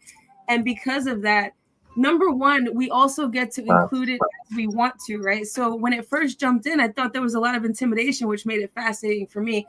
It's very much enhanced just a lot of everyday things for me, things that I can absolutely do on my own, but because of the money to energy ratio, and that's never going to be fair, right, in this particular economic paradigm. So I'm okay with letting that be my assistant sometimes. And it's at first it was really uncomfortable because I feel like that's lazy. I'm Generation X, so I'm from Generation X, so I didn't get this idea of like oh yes, and I'm still getting used to that, and I'm loving it. So there's nothing to be afraid of for sure. And at the same time, I mean, what are we talking about? I think there was some movie that came out when the robot was bugging out with Will Smith or whatever. I never saw the movie, but I think since that iRobot. Right. I think since that, people have like gotten this idea that like even if you get like a robotic vacuum in your house, it's gonna bug out on you. Like and so maybe there is this underlying need for us to address the fact that people are afraid of it, but for what? And there's always this outside perspective that is going to just automatically engender fear. And I think Complex, you touched on that with the last thing you said. So if we're not looking at it from the outside and looking at it as something participatory, I think everything will be okay. So those are my thoughts on that. And you know what? I also want to make note that I did a live stream maybe like a month ago, right? Wait, hold on.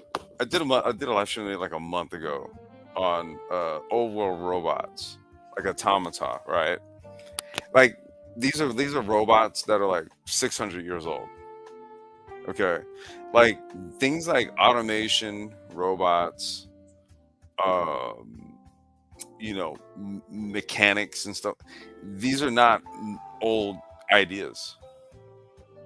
See, this is the reason why I did that live stream, because I'm like, okay, well, people can be afraid of like Tesla bots and all this stuff, but then I'm like, okay, you had robots like 300 and 400 years ago. They were called automaton.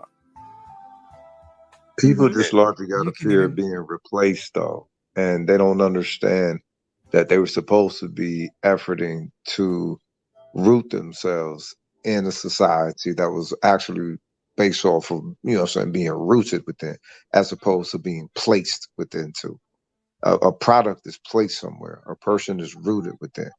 What they see AI is doing, especially with the way that this particular system over here, again, it seems like it's largely, technology innovative and invention led, right? But where do the valuable people fit in with that? I can understand the people having some element of fear. Not that it's going to take their life or something. I think that's just crazy.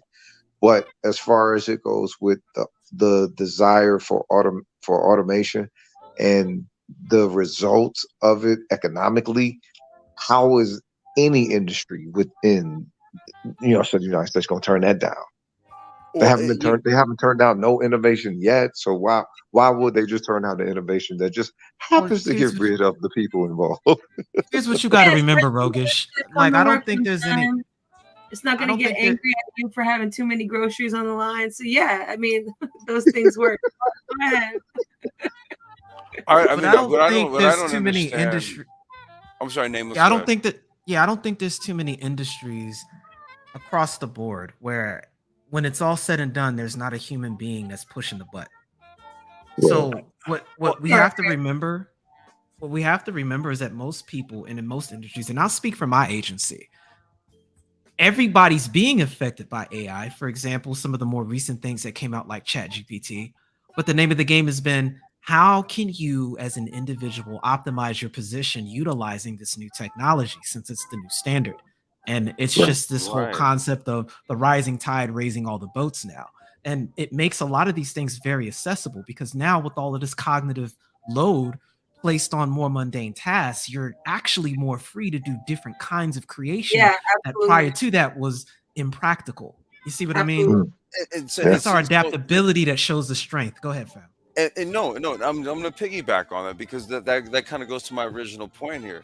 See, my issue with this is that a lot of people will have these types of concerns while at the same time they already use this stuff on a day-to-day basis. right, yeah, Okay, every smartphone is loaded with AI. I don't know why people don't think that's not the case. I worked for yeah, Apple. I could tell you all about it, but that's neither here nor there. But if that's the case with Apple, that's the case with Google, and eh, eh, everything is loaded with some form of predictive technology or some sort of algorithmic technology. And the only thing that's happening here is that because we have the 5G connectivity and we have higher powered phones and stuff like that, we have these very things that's coming online. It allows for new types of technologies to then be rolled out behind all of that. Micromobility is one of them. That's my sector. The whole IoT thing. That's my sector, right? So it's kind of like, um, you know, people were just sort of like, I don't know about this email thing, right? Back in the early '90s and shit. Okay, yeah, then email became commonplace. yeah, And then computers got smaller. Then you had laptops, and then people started flying around and doing their jobs. And okay, these are industrial changes. This is just a part of this whole human existence thing. We just happen to find ourselves at this particular moment in it. So what the hell are we going to do about it? I mean, it's like our kids can use these tablets and all this stuff. I mentioned this earlier. I'm like, well, they have all these little apps and these games and stuff like that. And oftentimes when you set these apps up on the app, you click okay, okay, okay, okay, and you agree to the terms, and they say, hey, well, listen, we're going to record all the data that your child does, right? And we're going to use that. We're going to use it for predictive modeling and all this kind of stuff, and right. right, So there's already an intrinsic involvement and a participation within it. There's a biofeedback to it, right? right, People right, use the shit to hook up, But they they don't use understand that it is actually socially conditioning them. They are interacting with it as if it is a tool. I mean, I guess with the intention of it remaining a tool. However, it is becoming something that is just like any other that's technology, a right? that's a, wouldn't that isn't that a lifestyle thing? Because that's not the case for everybody. Yeah, Yeah. It we're Well, back becomes to the it I'm becomes a not talking about it. lifestyle. I'm It not talking becomes a about in a lifestyle direct relationship modality. though with AI.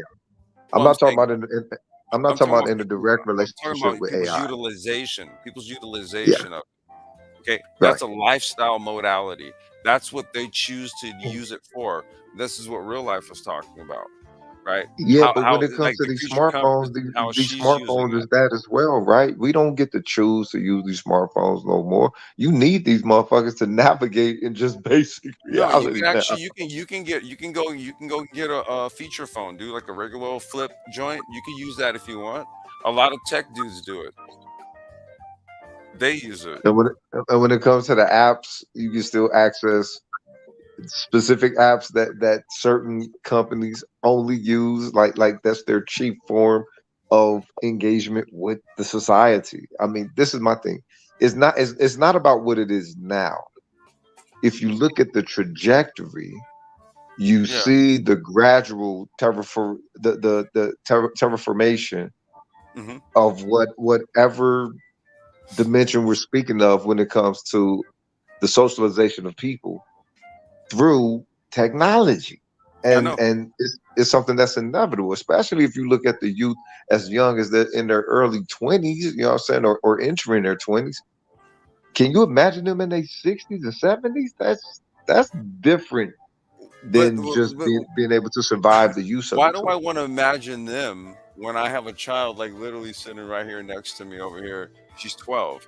I'm more worried about what her future looks like and how I'm going to set her up and like how that's all going to look for her, right?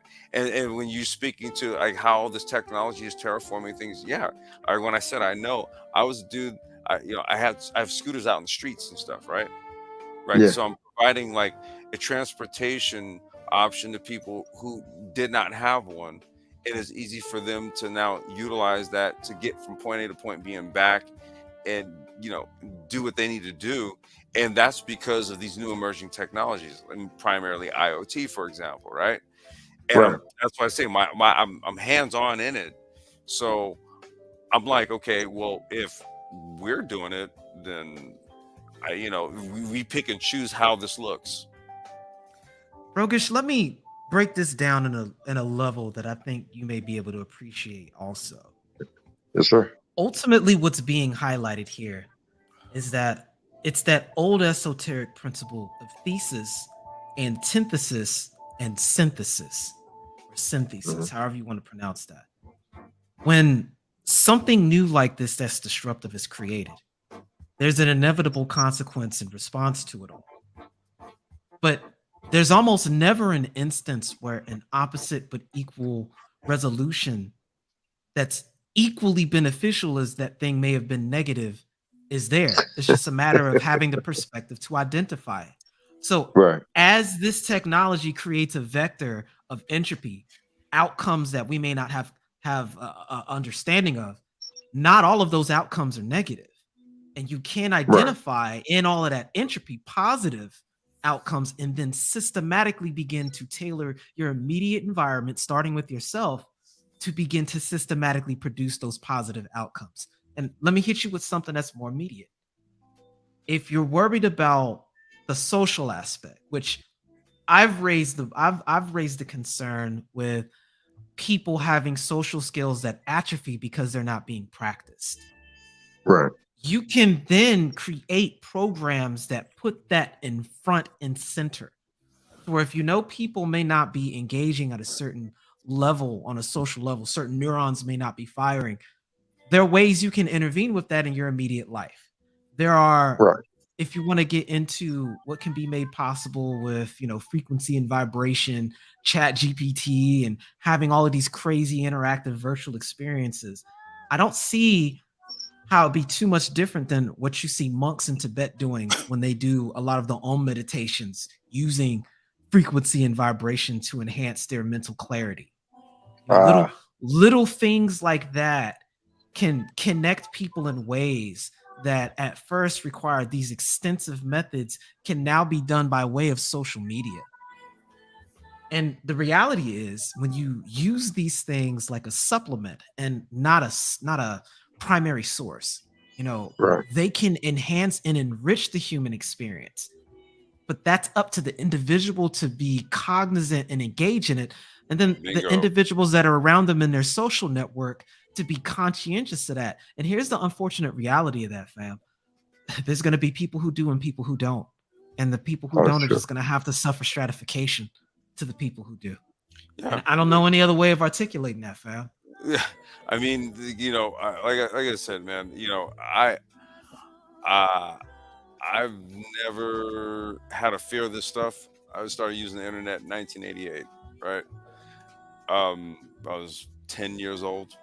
It was like 10 or 11 years old. Pretty much the only thing I've seen is a transition throughout time.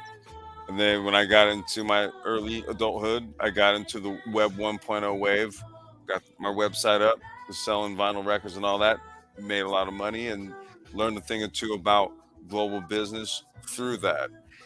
To me, this has all been a learning tool. This is what enables me to kind of speak to these things the way I do. I mean, real life can even account to this too because of what it is that she does. We're both Gen Xers, so we didn't spend an ample amount of time on this goddamn planet and seen from the time when, we used to have to sit at the phone where it had the damn little spiral cord thingy, and it had the little either the little dial, the little circle dial thing, or a little push, and you had to sit your ass right there. And then I remember when we used to have this answering machine thing, right? We had all these various types. See, we went through the transition and all this shit. We've seen it all. I've seen it all. She's seen it all. We've seen it all. And it's everything we've been hoping for since we were really, really young. Think about it. Yeah, so right? Like we're in a playground, like literally, like, so it's very exciting and very great. And to me, like, there's a high standard because we're expecting a lot because of what we thought would have already happened, right? So when things like ChatGPT come out, I'm like, wait a minute. What do you mean you're not up on the latest research? Like, don't tell me that. Like, I don't expect that from you, ChatGPT. So I'm like, oh, is it because I have to pay for a 4.0? Oh, okay. And then I do, and I'm like, no, you still didn't know that too. So, things like that. But in terms of energy transfer. So this is the idea with Neuralink, right? So you're thinking, I want to move the mouse there. This is just, let's start at the very foundational part.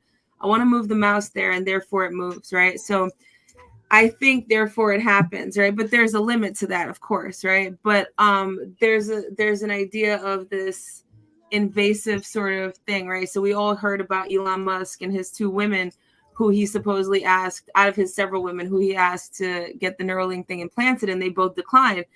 But one of them had tried it, and she spoke about it. And so essentially from what she was saying, all I gathered is that, okay, so she has a mouse in her mind. Great.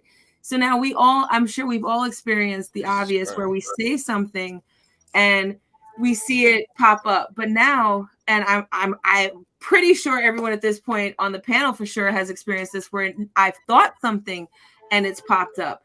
Now, I'm not talking about a thought. When I mean popped up, I mean popped up in an advertisement. Like on the phone. Or you're like on your computer. On my computer. Yeah. And now this is the thing. So I have my camera covered at all times unless I'm using it, right? And then also the thing that I was thinking was not attached to anything that I had been speaking about, at least that as insofar as I can remember, right? In the past, whatever. So the implications behind that is that there's no need for an implantation for Neuralink to happen. Now, is this only with some people with certain frequencies of thought? And it is it's exactly the same as the monks, as you mentioned, whoever mentioned that. And so, there's something, let's take electricity, right? This is one of the forms of matter, forms of energy. Right? So at that point, it can take on matter. And for you speak, the thing is, damn, the more that y'all talk, I'm more more along the line of hearing frequency, and then that makes you put humanity into such an objectivity outside of our subjective engagement with it, because what we're doing is weighing humanity versus AI as if it is a versus, as opposed to just, you know what I'm saying, a dial engagement, if you will. Well, no, we're And not I'm weighing. actually saying the before we total go, opposite. The key to let me Well, remember. land. let Hold Go on, ahead, go before ahead. you go, let me yeah, land. let So real. it wasn't really the direction I was going in. So what I was saying was is that their actual will become actual matter from Yeah. energy, right? So this is not something we can argue. And even if we don't agree, because certain things are still theories, even the germ theory is still a theory, right? But we're adhering to it as factual, right? This is something even more factual than that, right? We cannot in any way argue that. So it doesn't, I don't think that it would be anything that would be surprising that if we're doing that on a higher level in terms of like exchanging these types of, and yeah, frequencies of course will come in it because that's how waves would travel, right? So Right. because of that, for it to have actual tangible matter in terms of where we can like place it, like AI and other things like that, or just our thoughts being seen somewhere else, right, where we didn't say them out loud. But that's the same way we actualize things in our lives, right? In a microcosm. So there's nothing new about that, right? So that would just be an extension. But yes, Well, that was real, just real. an extension of what someone else just said. But go ahead. No, real. Let me follow up on that because this kind of touches on something that Nameless talks a lot about, and this transhumanism, right? And there's a thought that transhumanism works where there's an integration with the machine into the body, right? But there's also a way where it works where there's a device that actually works by interfacing with the human.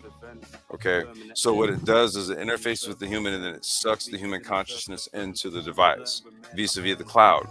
This is what we were talking about, where it gets all of the data from your inputs, your search. I mean, it records everything. How often you turn the screen on after it shuts off.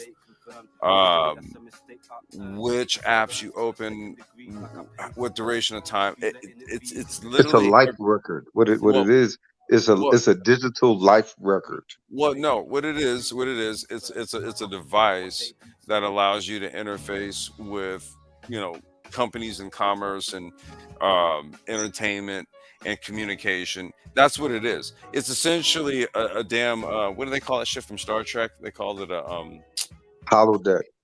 no. It was the no, not the holodeck. It was the whatchamacallit. It was a something coder or some shit. I'm trying to remember the term for it.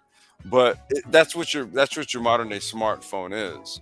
Right? Now, again, even with the smartphone, you can determine as you the human how much input you give it. Right. Okay, That's that's true. your choice, right? You know, like before my fucking channel was taken down, the majority of the videos that I would upload were literally about gardening.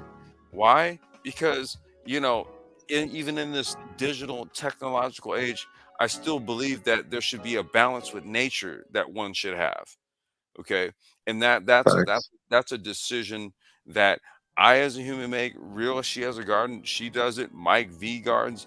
So it's like we all make it a point to be balanced human beings, and so that's an individual impetus per what real life was saying and what Nameless was saying, with everyone else, that it's their impetus.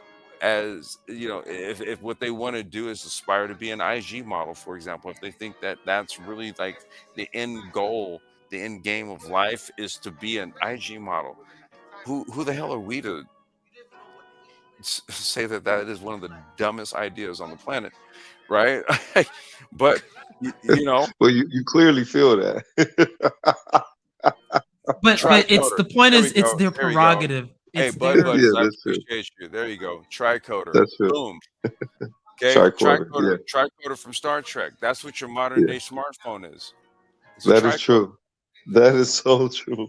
Okay, But that's that's what the it whole is. point I was making when I said that at the end of the day, it's to remember that technology is there to serve you, not the other way around. And things go wrong when people try to use, or rather, when people try to serve technology rather than have it serve them. And there's just so many different ways where there may be a thesis and the antithesis may not be favorable, but there's a synthesis there that can work to your advantage. I mean, there's just too many ways you can use AI chat GPT as a virtual assistant to assist you with learning languages, to go through different business models if you wanted to come up with certain prediction models, to come up with fitness regimes that can assist you, creating cognitive skills that Right. can assist you in areas that you struggle with. You can come up with negotiation models to make you better at settling deals for your business or even in your personal regular lives. You can even go as fickle, and this is something, this is a small digression. You can even do cool stuff like have Chat GPT upload data from a RPG you like to play, and you could do something like play Skyrim or Dark Souls, and the NPCs you interact with are actual NPCs with the history. They interface with you. You can speak to them, and they come up with responses that are tailored to what you're actually saying and doing. You could take things like role playing video games to a whole other level. And you can model it however you can imagine. The only limitation is your own creativity. These things are enablers of what's already there. It isn't so much that they're adding something, they're just really revealing layers that have existed all along. They just needed the environment to really bring those things out. Nameless, do Right. you?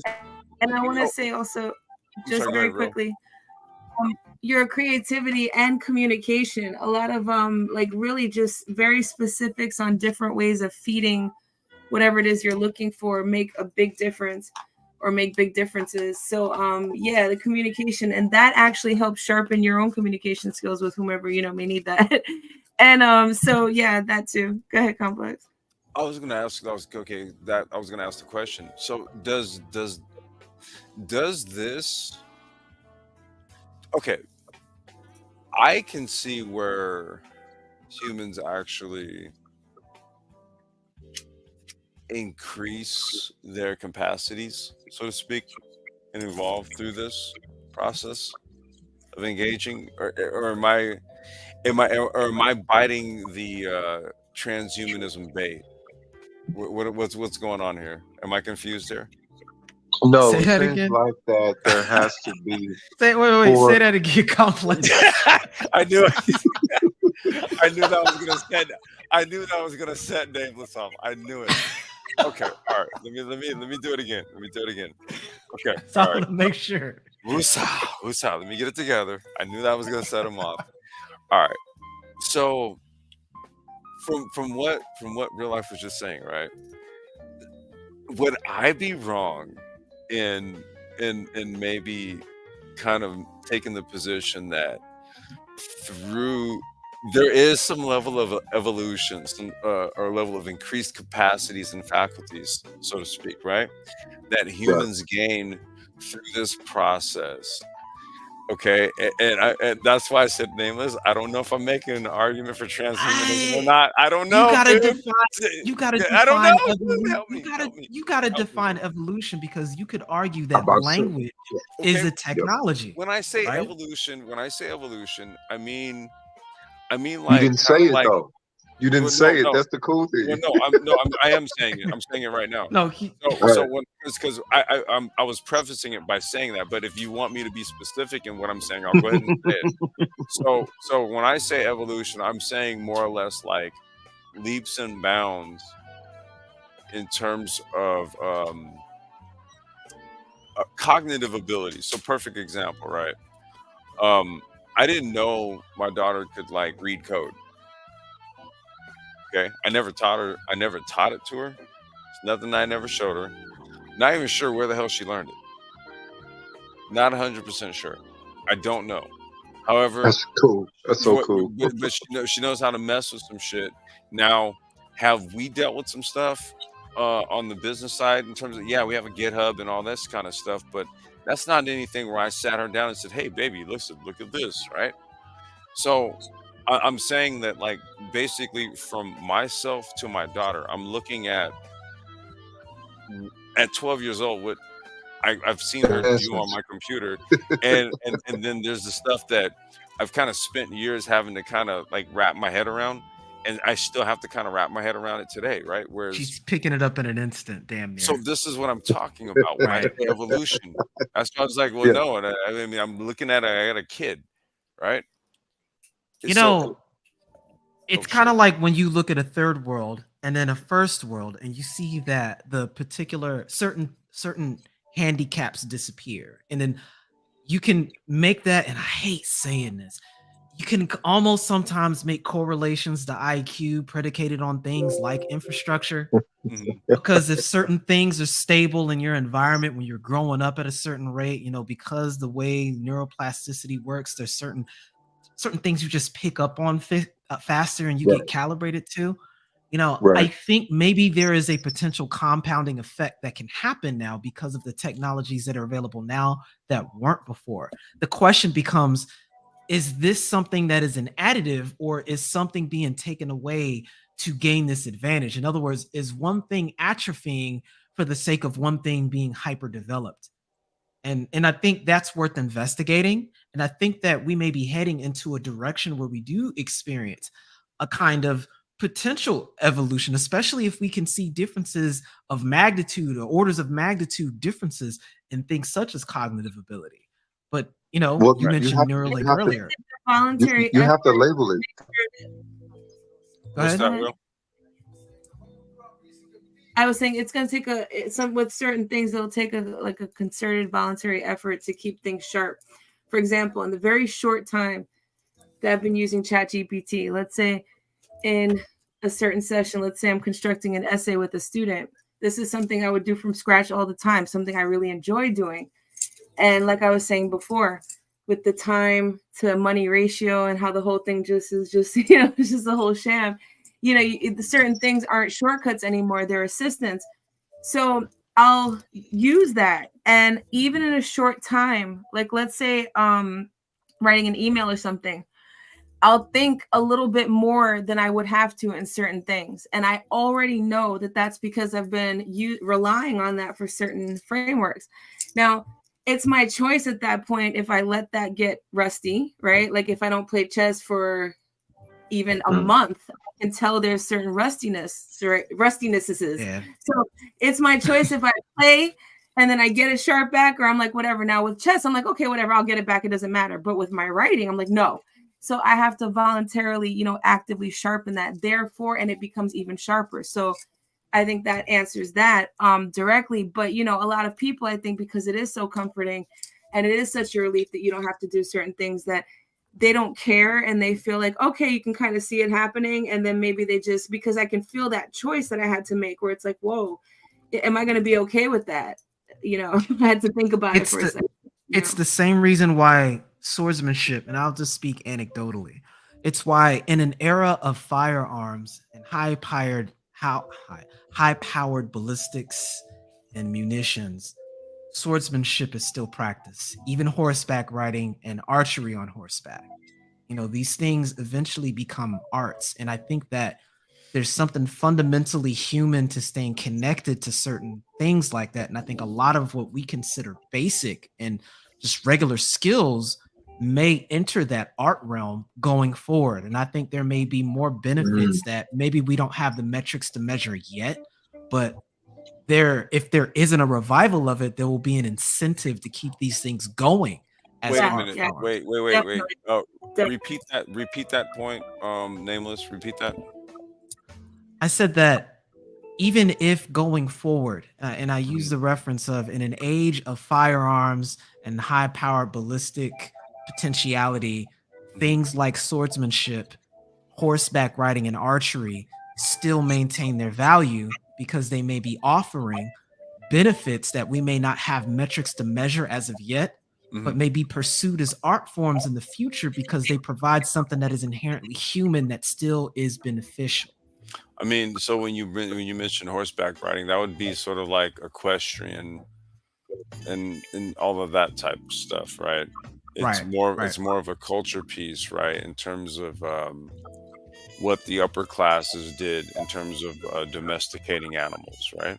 Or And just their being ability. closer to the earth in terms of being able to function on your grounds and being more, Yeah, directly Yeah. connected with that versus being in an automobile or plane. You know what I mean? Like, yeah. a There's jet. so No, many You're different. speaking There's of a being lot of able to overlap. maintain. yeah, You're speaking spot of on. being able to maintain a higher. Okay, so let's say that there is an evolution. I'm gonna go ahead and claim it. That's definitely an evolution. I don't know if it's transhumanism because You perhaps stock. maybe humans have reached a plateau within natural evolvement, and the only way for the next level for human evolution is to do so within this digital realm or within the frequency that the digital realm just happens to be in. Is the No, digital realm within the fourth dimension or fifth dimension? Any one of those dimensions above this one? well, no, I'm saying no. Here's the thing, right? Like when is there not? When is it? When have humans not expressed ingenuity and technological savvy, right? In terms of solving problems or making tasks more efficient, right? It's Yeah, always but been you a didn't have your that's always tools. You didn't have your tools influencing you to the point to where you possibly could perceive it having intention within doing so, even if just mere operation or a programming. That is completely different when you're speaking of the digitized age. Completely different. it's different. It's different because it's a different paradigm, right? But see, the thing about it is that if you were to go back to like the first industrial wave, right? When we were talking about assembly lines. Wait, is that my mic? Okay, I'm trying to make sure I'm not. I hear an No, it's echo. not you. I think it's what's her name? I can't see her name on the chat thing for Is some it Is it reason. me? roguish? My name is Real Life. It's not a cyberspace. Is it me? Real life. Yeah. Oh, okay. So I'll You may mute. have Yeah, to no, mute I your was mic. muted. Yeah. Okay, so the first industrial wave, right? That brought in a wave of technology that either displaced people or put people at an advantage. And then there was a maturation. There was a development and a maturation phase. And then there was a next technological wave, right? Right. And that became like the computer age, and then you have the information age, and now we're here in this fourth industrial age. And like like I said, these are realities you can't get away from, Right. right? They've happened previously. You see, so at bare minimum, you learn from the past, prepare yourself for the future, because it's going to happen. This is just what it is. And humans are the drivers of technology. It's not something that's extraneous to us. It's humans who do it. Which is why all the negative potentiality that comes from a lot of these technologies, at the end of the day, most likely are just going to be human oriented. Human beings simply being human beings. And these are Right. elements that have existed ad memoriam. So there becomes a a position of liability that you find yourself in, and that should spurn the impetus to want to learn more about this, if nothing else, to begin to determine more agency, I should say, over your outcomes. And that's why I choose to talk about these things. It's why I blew the whistle on drawing attention to the transhumanism conversation, because if there's too much fear, you get the misinformation that actually stirs you in an opposite direction to actually be prepared, because there's a litany of ethical questions to ask yourself that I found people were far more polarized over than they thought they were. And it's important to have these ethical questions put forward now, rather than when the insurance company is denying you insurance because you don't get this nanomachine technology because you're an insurance risk now. Mm. These are things you have to consider now before they get to that point. But by the time you get there, you have to start asking other questions, such as, and I think you were there, Complex, when I asked this, and most people have a pretty decisive stance on this. Is aging a disease, or is it an inevitable natural aspect of biological existence. Yeah, And that's a you, that's a you know, conversation. That's a legit it really is. conversation. Is hold And on, it's aging of disease, much like a cold. lifestyle diabetes, if you will. But there's a Huh. lot of people who think, Aging if you is go definitely beyond not you, a disease. Now, And yeah, that it's real life, this yeah. it's like when people say things like they died of old age, like that means nothing. What were you gonna say, Complex? No, I was gonna say because you practice what was that like acupuncture, right? Acupuncture and herbal medicine, Herbal yes. medicine. Okay. So yeah, she's got some interesting takes on this shit. Yeah, so yeah, so you aging is see, go ahead. yeah. No, you go ahead. It's okay. Oh, I was just highlighting how there's, in general, when you present that sort of question to people, how very quickly and decisively people I won't say feel, they take a very decisive stance in one direction or the other about it. And I think that it's one of those things that goes below the radar because it's just baked into people's worldview. Or if it's been changed, it becomes something that they're passionate about. Again, I'm a minimal. I guess you guys, Rogish, you see my IG and Yes, all sir. that. You already know. Yes, sir. I have a particular lifestyle that All is essential. in alignment with a lot No of that stuff. caps. I'm a minimalist. I've been vegan for 11 years. I practice a lot of herbal medicine and holistic medicine just practices in general. And I have a particular point of view with regard to aging, and especially a lot of the symptoms of it all. But there's a lot of people But the where when thing you is, start getting into light, I just want black to finish people this one don't point, age. Rogish. I just Go want to ahead. You finish got this it. one point. When you get into speaking about how technology could have impact on increasing lifespans, that starts making certain people uncomfortable if they view aging as something that, or if you are alleviating the symptoms of it and you bring to light that you've got things like telomeres, you've got oxidative stress, you've got things like plaque that builds up in the brain that in muscles and Isn't that atrophying what of the heart tissue. That's what Parkinson's is, isn't it? Plaque in the That's brain. exactly what it is. That's exactly what it is. So like when you've Plaque got in the more, brain? when you've got technology, when you've got technology that can alleviate these things, and people as a result start living longer, there becomes a kind of deep ethical question that bothers a lot of people. Is it okay then, and what's the social consequences of people living on a regular basis to be 120, 130, 150 potentially? You know what I'm saying? That expands that, and for years you've been talking about the definition of human having to expand.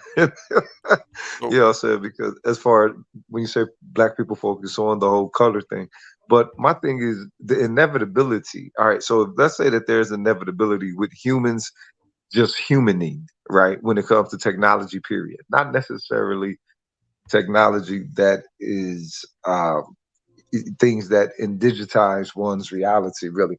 Just technology, period. Okay, and now let's put the factor of indigitized. I ain't even saying it right, but so a reality that's been more made simulated as its preference of engagement, right?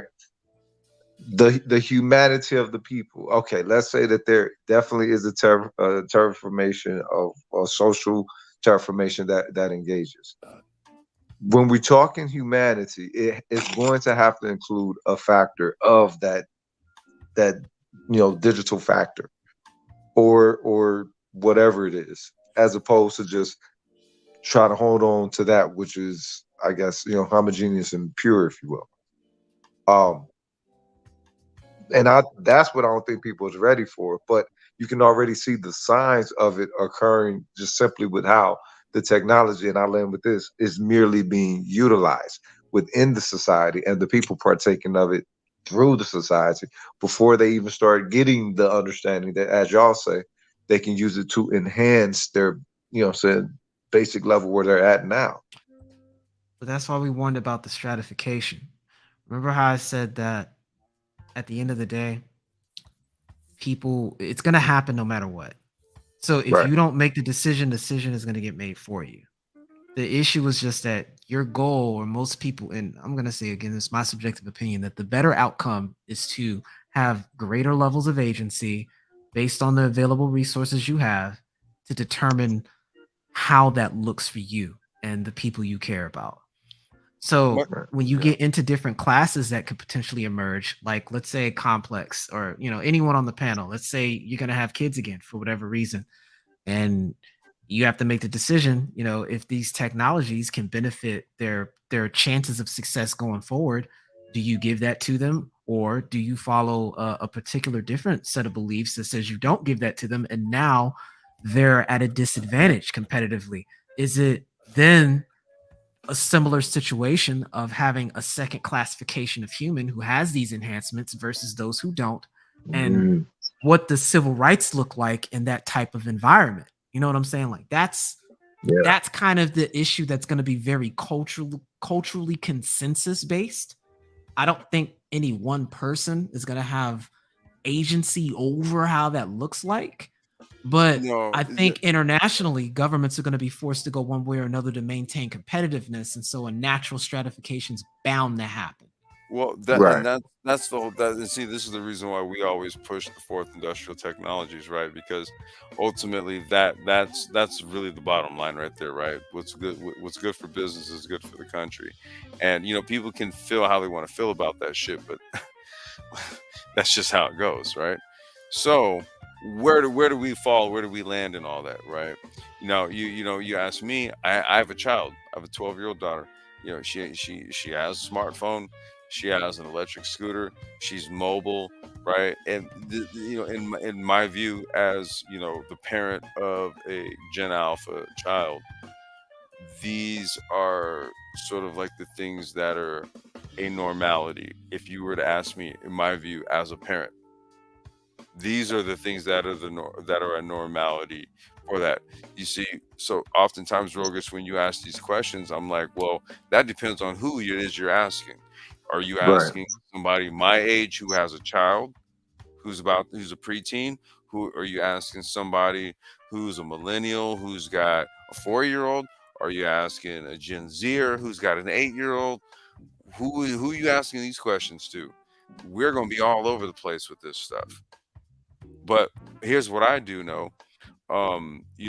My daughter's future is hedged on what it is that I do, with my partner, and getting our company to where I think it is that we can go. Right. This is what solidifies her future. So there's future prospects in terms of how I view all of this and what it means to me personally, right? Right. Look, everybody's gonna look at this shit different. I can't. I have a hard time really truly seeing a general consensus type of thing on this, because if you're just to look at the utilization of smartphones and apps and all this shit right now, it's already scattered. It's already across the board Right. already. So I can't. I have a hard time seeing where there's going to be some sort of general consensus in the not too distant future. I just see whatever the applications do in terms of their involvement, in terms of development, it's just going to facilitate the same type of fuckery. Okay, and then there's going to be spaces where these types of conversations happen, right? And it'll mirror, much like how it's mirrored in every other social space, in every other area, and every other era of media. It's all the same. It's just the technology's changing. That's it. Yeah. Humans are humans. They're gonna do human shit. Ain't that the truth, Kyle? I'm just saying. Which is why, again, we're back to that agency term. You can Hey, only you guys, really I'm gonna do as step much away. as you Hold know. it, hold it down, okay? Real. I'll be right back. Oh, For real? sure. You're about to give a response too. Go ahead. Okay, I no, didn't mean to. no problem. I was on mute Yeah, because go of the ahead. echo. What'd you say, nameless? Oh no, you wanted to jump in earlier, and we like half pivoted, No, and it was getting just there was into. an echo, but go ahead, real. You're good now. I think everything's Yeah, good. we can hear you. Yeah. Oh, good. Okay.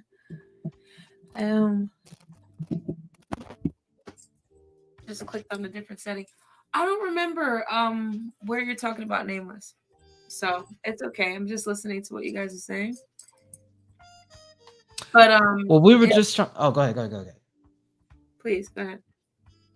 We were kind of alleviating Rogish's concern, and I second the point that Complex made in that, you know, I'll even like he took his stance. He's like, look, this is part of what the institution I'm working on is going to be equipped with to resolve potential problems going forward into the future. I have a very similar sentiment.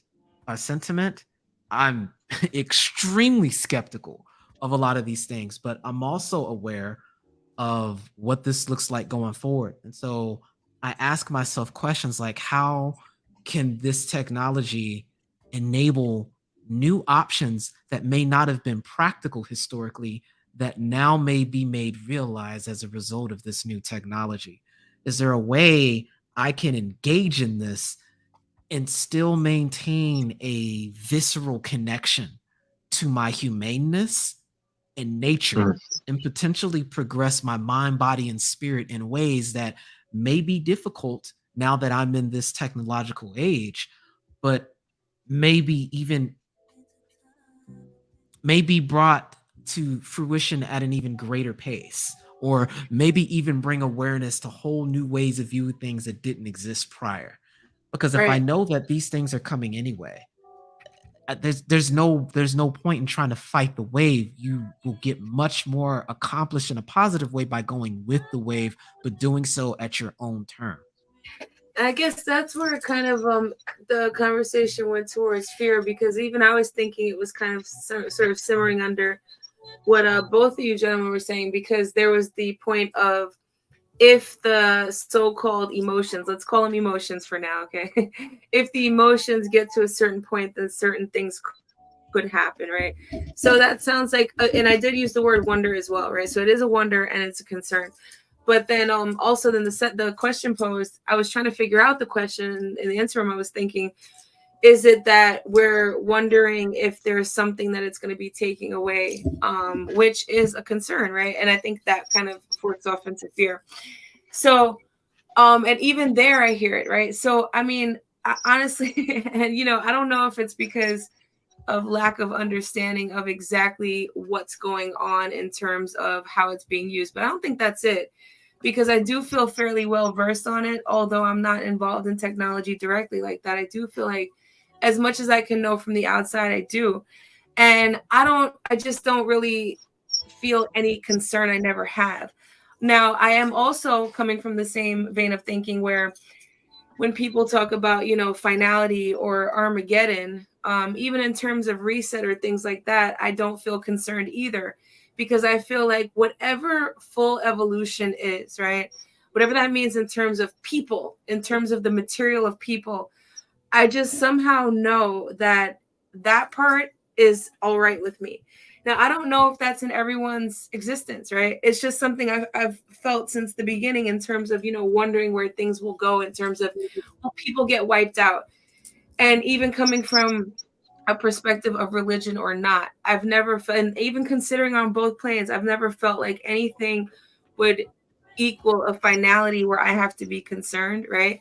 So I guess maybe because of that, I hear a lot of things where it doesn't sound like concern, but it is, right?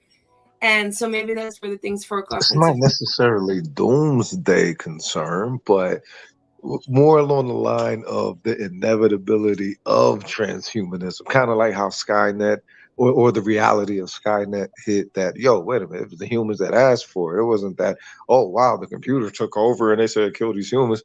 It was like, no, the humans designed that they needed them enough to the point to where they just integrated the entirety of society with it, right? The thing is, with the transhumanism, it was something that people thought that they could, you know, avoid, but just like Skynet, it was something that the people asked for. It's been, and pretty much for the same, you know, same reason, you know, convenience and shit. Yeah, it's a trip. It's a trip to see though. But yeah, But that's what the yeah, idea of like, so Skynet is like a false reference. I mean, I'm not trying to, trust me, I'm in no way trying to insult you, but I'm just saying, if we no, work you from that, good, you good. right? I had to actually Google Skynet, right? Because I was like, what's that? And then I realized it's from Terminator 2 or Terminator, Yeah, right? Is do that your thing already. okay? Yeah. So Believe it or not, it's also Matrix, but yeah. Yeah, true okay. that. Just So an FYI. Gotcha. Shout out Mama Sophia. So I'm familiar with both movie series, right? So this is under the premise that there is an identified enemy, right? Which has a grouping behind it. And then there's this one identified savior. And this is always going to be a part of anything that we are getting fed in terms of propaganda, which is every single movie, right? So I can't base, and I love talking about movies. I'll talk about them all day, but I can never base any of my actual feelings and responses to what is happening in the real world based on something, excuse me, based on something in a movie framework. And the reason why is because there's always going to be an agenda going on there that has nothing to do with the reality that I'm living in, right? So I have to really No. It's not the framework of the movie that I'm utilizing. Is what it is noticing the efficacy. There are parallel points of efficacy with Skynet and AI within our actuality. Now, as far as it goes for robots trying to get you or whatever, no, ain't nobody, nothing like that at all. It's actually where the humans played the most pertinent part, and kind of since we're talking movies, I'm terrible at titles though, just so you're forewarned. I ain't talking movies, real life. What the deal, y'all? The movie with Arnold Schwarzenegger and Vanessa Williams. Am I getting the character wrong? Erasure or something? Erasure? Erasure? Something like that. Yeah. Like I'm trying to figure out like what you mean here. I mean, I guess his concern boils down to, again, we mentioned it earlier actually, where the concern was people with negative intentions being enabled by these technologies.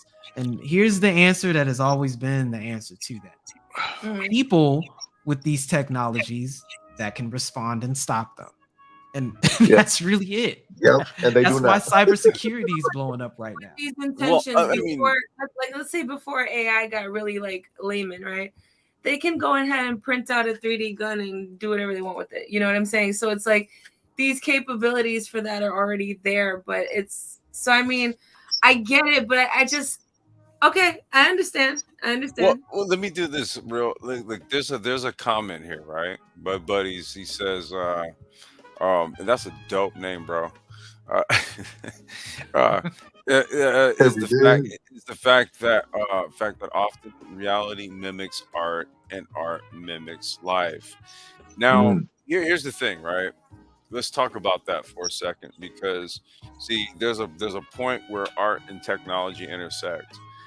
Sometimes like technology in and of itself isn't art, like in terms of like the design. I think we talked about like cars, right? And how the design of a car and all that kind of stuff, and how mathematics is art. So the way that those who manifest technology do, y'all, it's no less artistic than somebody working with pigment. You feel me? But I'm speaking in terms of what he's saying here, right? Like where it says reality mimics art and art mimics life.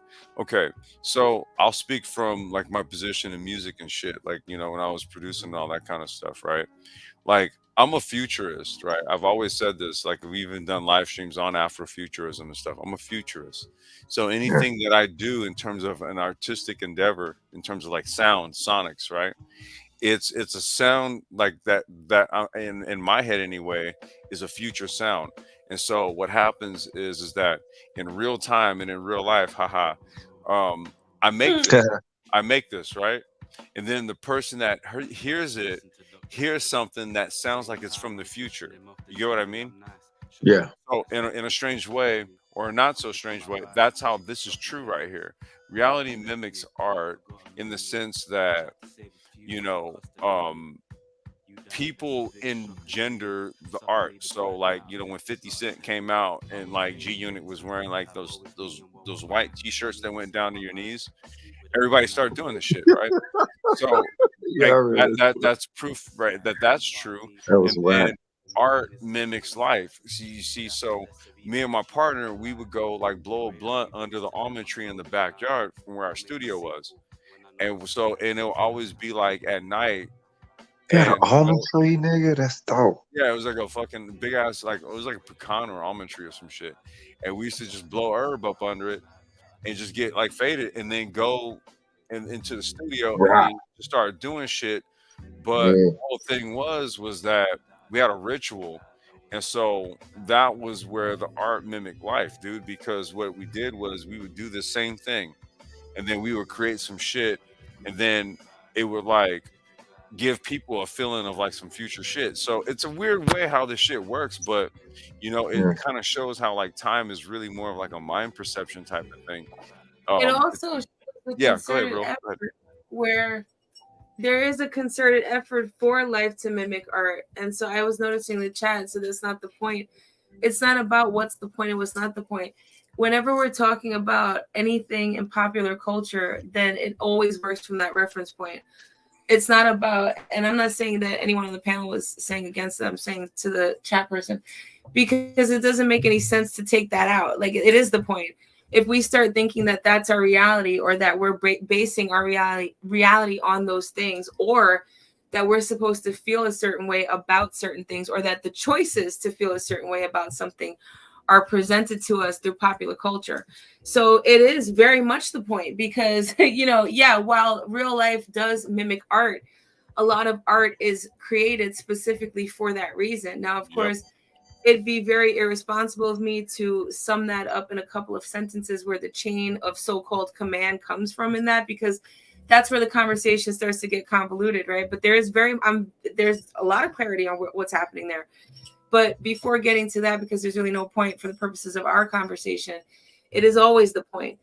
So we do have to differentiate reality and what we are dealing with, particularly with what we're talking about in technology, and this idea of what's presented to us in terms of how to feel, or the choices of how to feel about it, from popular culture media. So it is very much the point. So yeah. No, that's real shit right there. It's Thank real you. shit. And I think that's where, the need for that becomes even more so the more advanced this gets, because I still think that there's that threshold where, to a point, there's a barrier of, what's the term for that? Suspension of belief, where that's required in order to really get into the art frame of mind. But Yeah. things can get kind of odd when you look at the way our brains neurologically process experience, especially over artificial mediums. We're already experiencing and seeing how we can have physiological changes to these artificial images just by seeing things on the screen. So, how much more so when we get into things like augmented reality, or we start having implants that begin to directly stimulate the central nervous system for that information, by way of neural links and other technologies that may enable. Yeah, There's haptics. a Haptics is another one. right. So, like, we I don't think we know at the end of the day. There could be some No, profound downsides to that well, wait, potentially. no, like, dude, here's the crazy part about that, right? So like, I don't know if you ever check out some of like the sim racing live streams we do, like here and then over on Key to Auto. So that's my Okay. buddy Yeah, yeah, yeah. Jamal. I know you do the esports. Yeah, the Yeah. esports stuff. Me and my buddy Jamal, right? So like, With you. we're into like, we're gearheads with the sim rig stuff, right? Like his stuff is way doper than mine. But we started looking at things like submersion. So like with gaming and Mm, stuff, like submersion, right? Like how deep you could submerge yourself into into the simulation environment, right? And so mm. haptics is one way to do it where it's not it's not intrusive, so to speak, right? It's not, yeah, it's not intrusive, Not dude. But hijacking your CNS all it's day. not Yeah, doing that, okay. dude. But what it's doing is it's creating a sonic environment around you. Or you could even wear like devices that are haptic, right? So that you literally feel the muscle There's a impulse. physical sensation It's a physical associated with it. sensation. Yeah. Gotcha. See, so haptics is sort of like an external, internal, like, you know what I'm saying? From the external to the internal form of that. You know what I mean? So, and dude, I do kind of want to mess with it. I want like something like a realistic fucking bro. It's just, you know It's what I too mean? Like you look. can feel the motor, Shout out the dude. dot hack. Shout out the Sword Art Online, man. Look, hashtag Isekai team all day, every day. Listen, man. That's all I'm gonna say. I'm gonna tell you, man. I don't know if I'm like 100% against this shit now. I'm gonna be real with you. See, so that again, that shows transhumanism as an inevitability. Perhaps maybe it wasn't just the actual physical change within trans, and it was a frequency. That's the thing. All this is showing me that humanity was more of a frequency, and it was a frequency almost that we were supposed to maintain, almost on some harmony shit. You know what I'm saying, within the choir or something, Can because I you ask can move it to some higher frequencies, and next thing you know, pew pew pew pew. Your ass gotta go digital. Can I ask you a question? Can I Go ahead, Fred. we'll start with real, then we'll go to nameless, and we'll go to everybody. Okay. So was and I'm gonna be doing this is kind of be a follow-up to my automaton live stream, right? I'm gonna go into old world micromobility and old world electric vehicles, right? Because this is not a new concept. The first electric vehicles were made in the early 1800s. Okay, that's how not new of a concept this is, all this electric stuff, right? But would you say that, okay, we're gonna skip horse and buggy, okay? We understand that as a human, our way to get around is on two legs, right? 2 legs and 2 feet. Tracking. Okay. So was the invention of a vehicle a form of transhumanism? Start with real life. That's a good. No, That's a good goddamn question. So we're gonna start with real life. Huh? No, it is a good question. No, because it's utilized as a tool, just like a screwdriver or a hammer. So it doesn't transform us and meld us into it, but it does assist us in whatever we're doing. And we still very much use the 2 legs, voluntarily or not, as much like as the gas pedal and shit. Sure. Yeah, all right. Nameless. I would second that primarily because our fundamental nature of what we are, number one, hasn't changed. Number two, it's not permanent. And number three, it does follow the nature of tools. It is something we're utilizing to resolve a conflict. I need to go from point A to point B within a certain period of time space. I can use this buggy. It's just maybe we may get into that idea.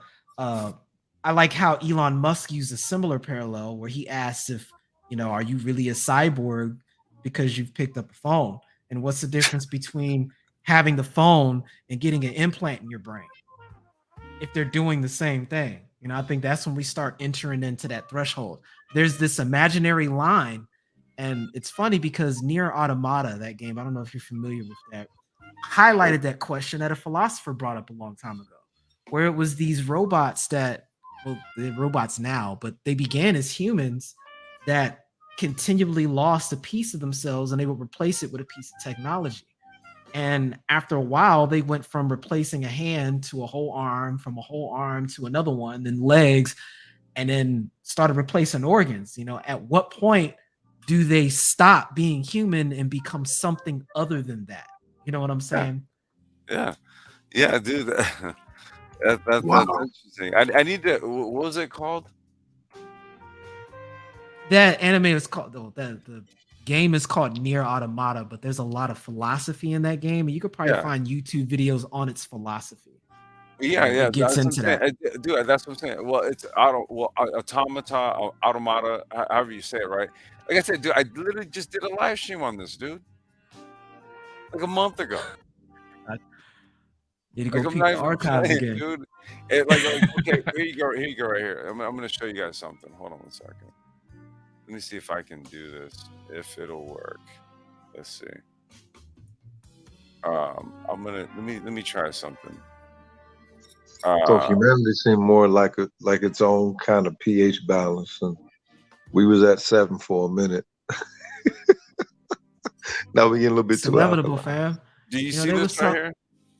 That looked like one of them old 1800 minstrel dolls. For real. No. This is that's a true automata right there. Okay, it's all mechanical.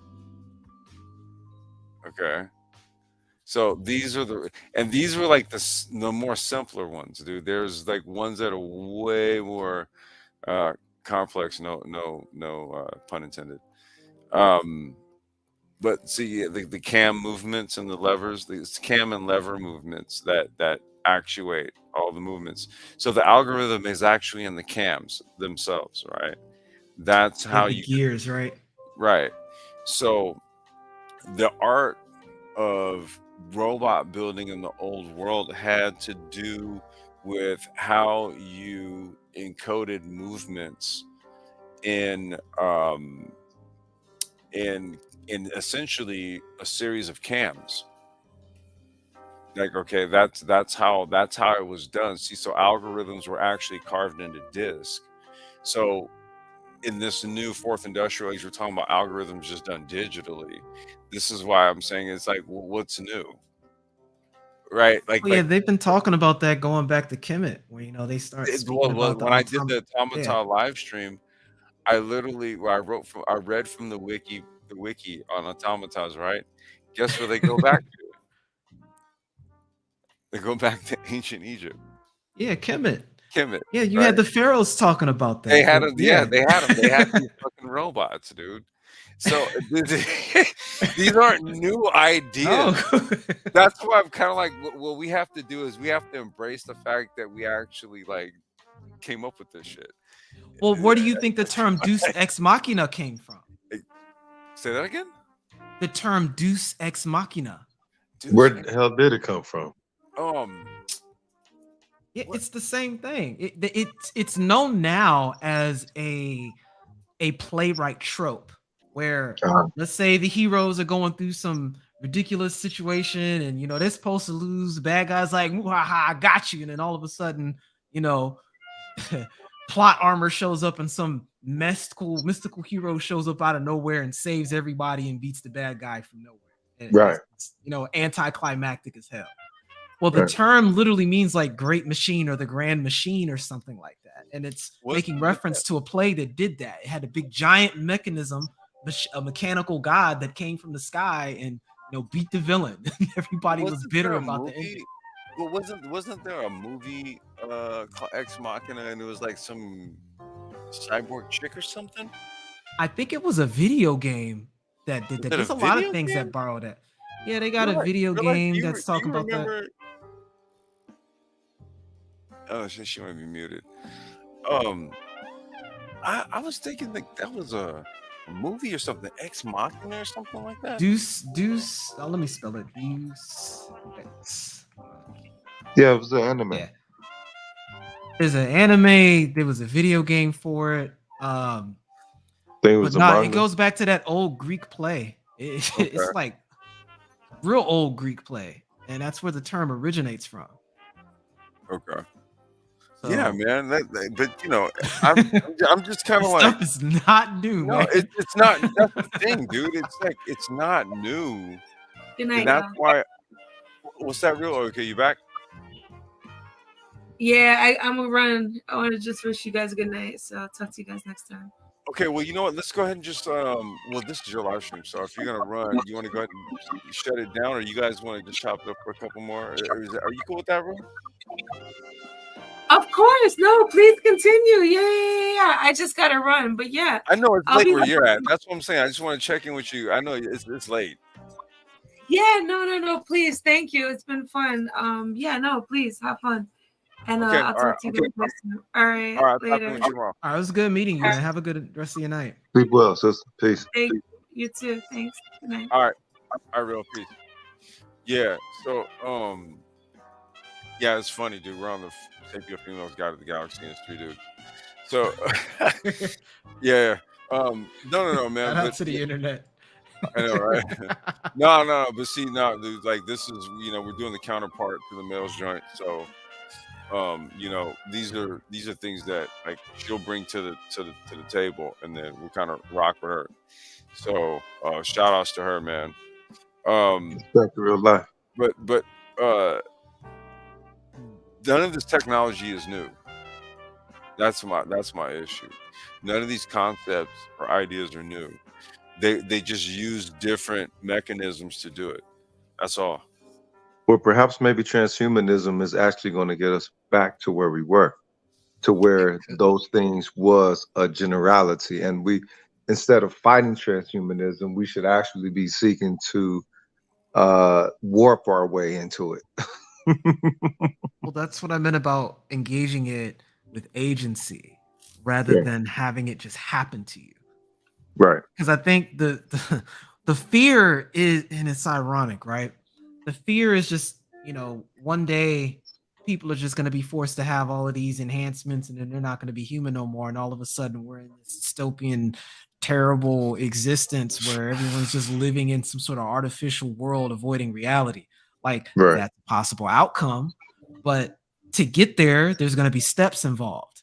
It's the same argument as to why we're not in a nuclear holocaust at the moment. There's steps that would take to get to that point. There's a potentiality for it, but at the end of the day, human beings still have to push the button, and there's also a series of events that would have to lead up to that, of which there are many points of intervention that can take place, and other technologies could show up to make that less of a possibility, which is what's occurred. Right. There's a number of factors at play here, and it really kind of determines how people are oriented. We've always pushed a fourth industrialization of our own communities, right? Like we do it so that, number one, you have a community, and number two, gentrification is a non-factor, right? It's not a conversation. Three, if you do it the way we've proposed over the last 5 years, that we think black communities should be modeled going forward, you also have the beginnings of your tech centers and your tech incubators, right? By just converting the community centers into maker labs and maker spaces and shit like that. It's like, use the space for something, put some machines in there and teach some kids some shit, right? Get them to the designing and developing shit. Like, there's already pre-existing structures, there's already pre-existing infrastructure that already exists, right? This is, it's a shift in mindset. That's really what this boils down to.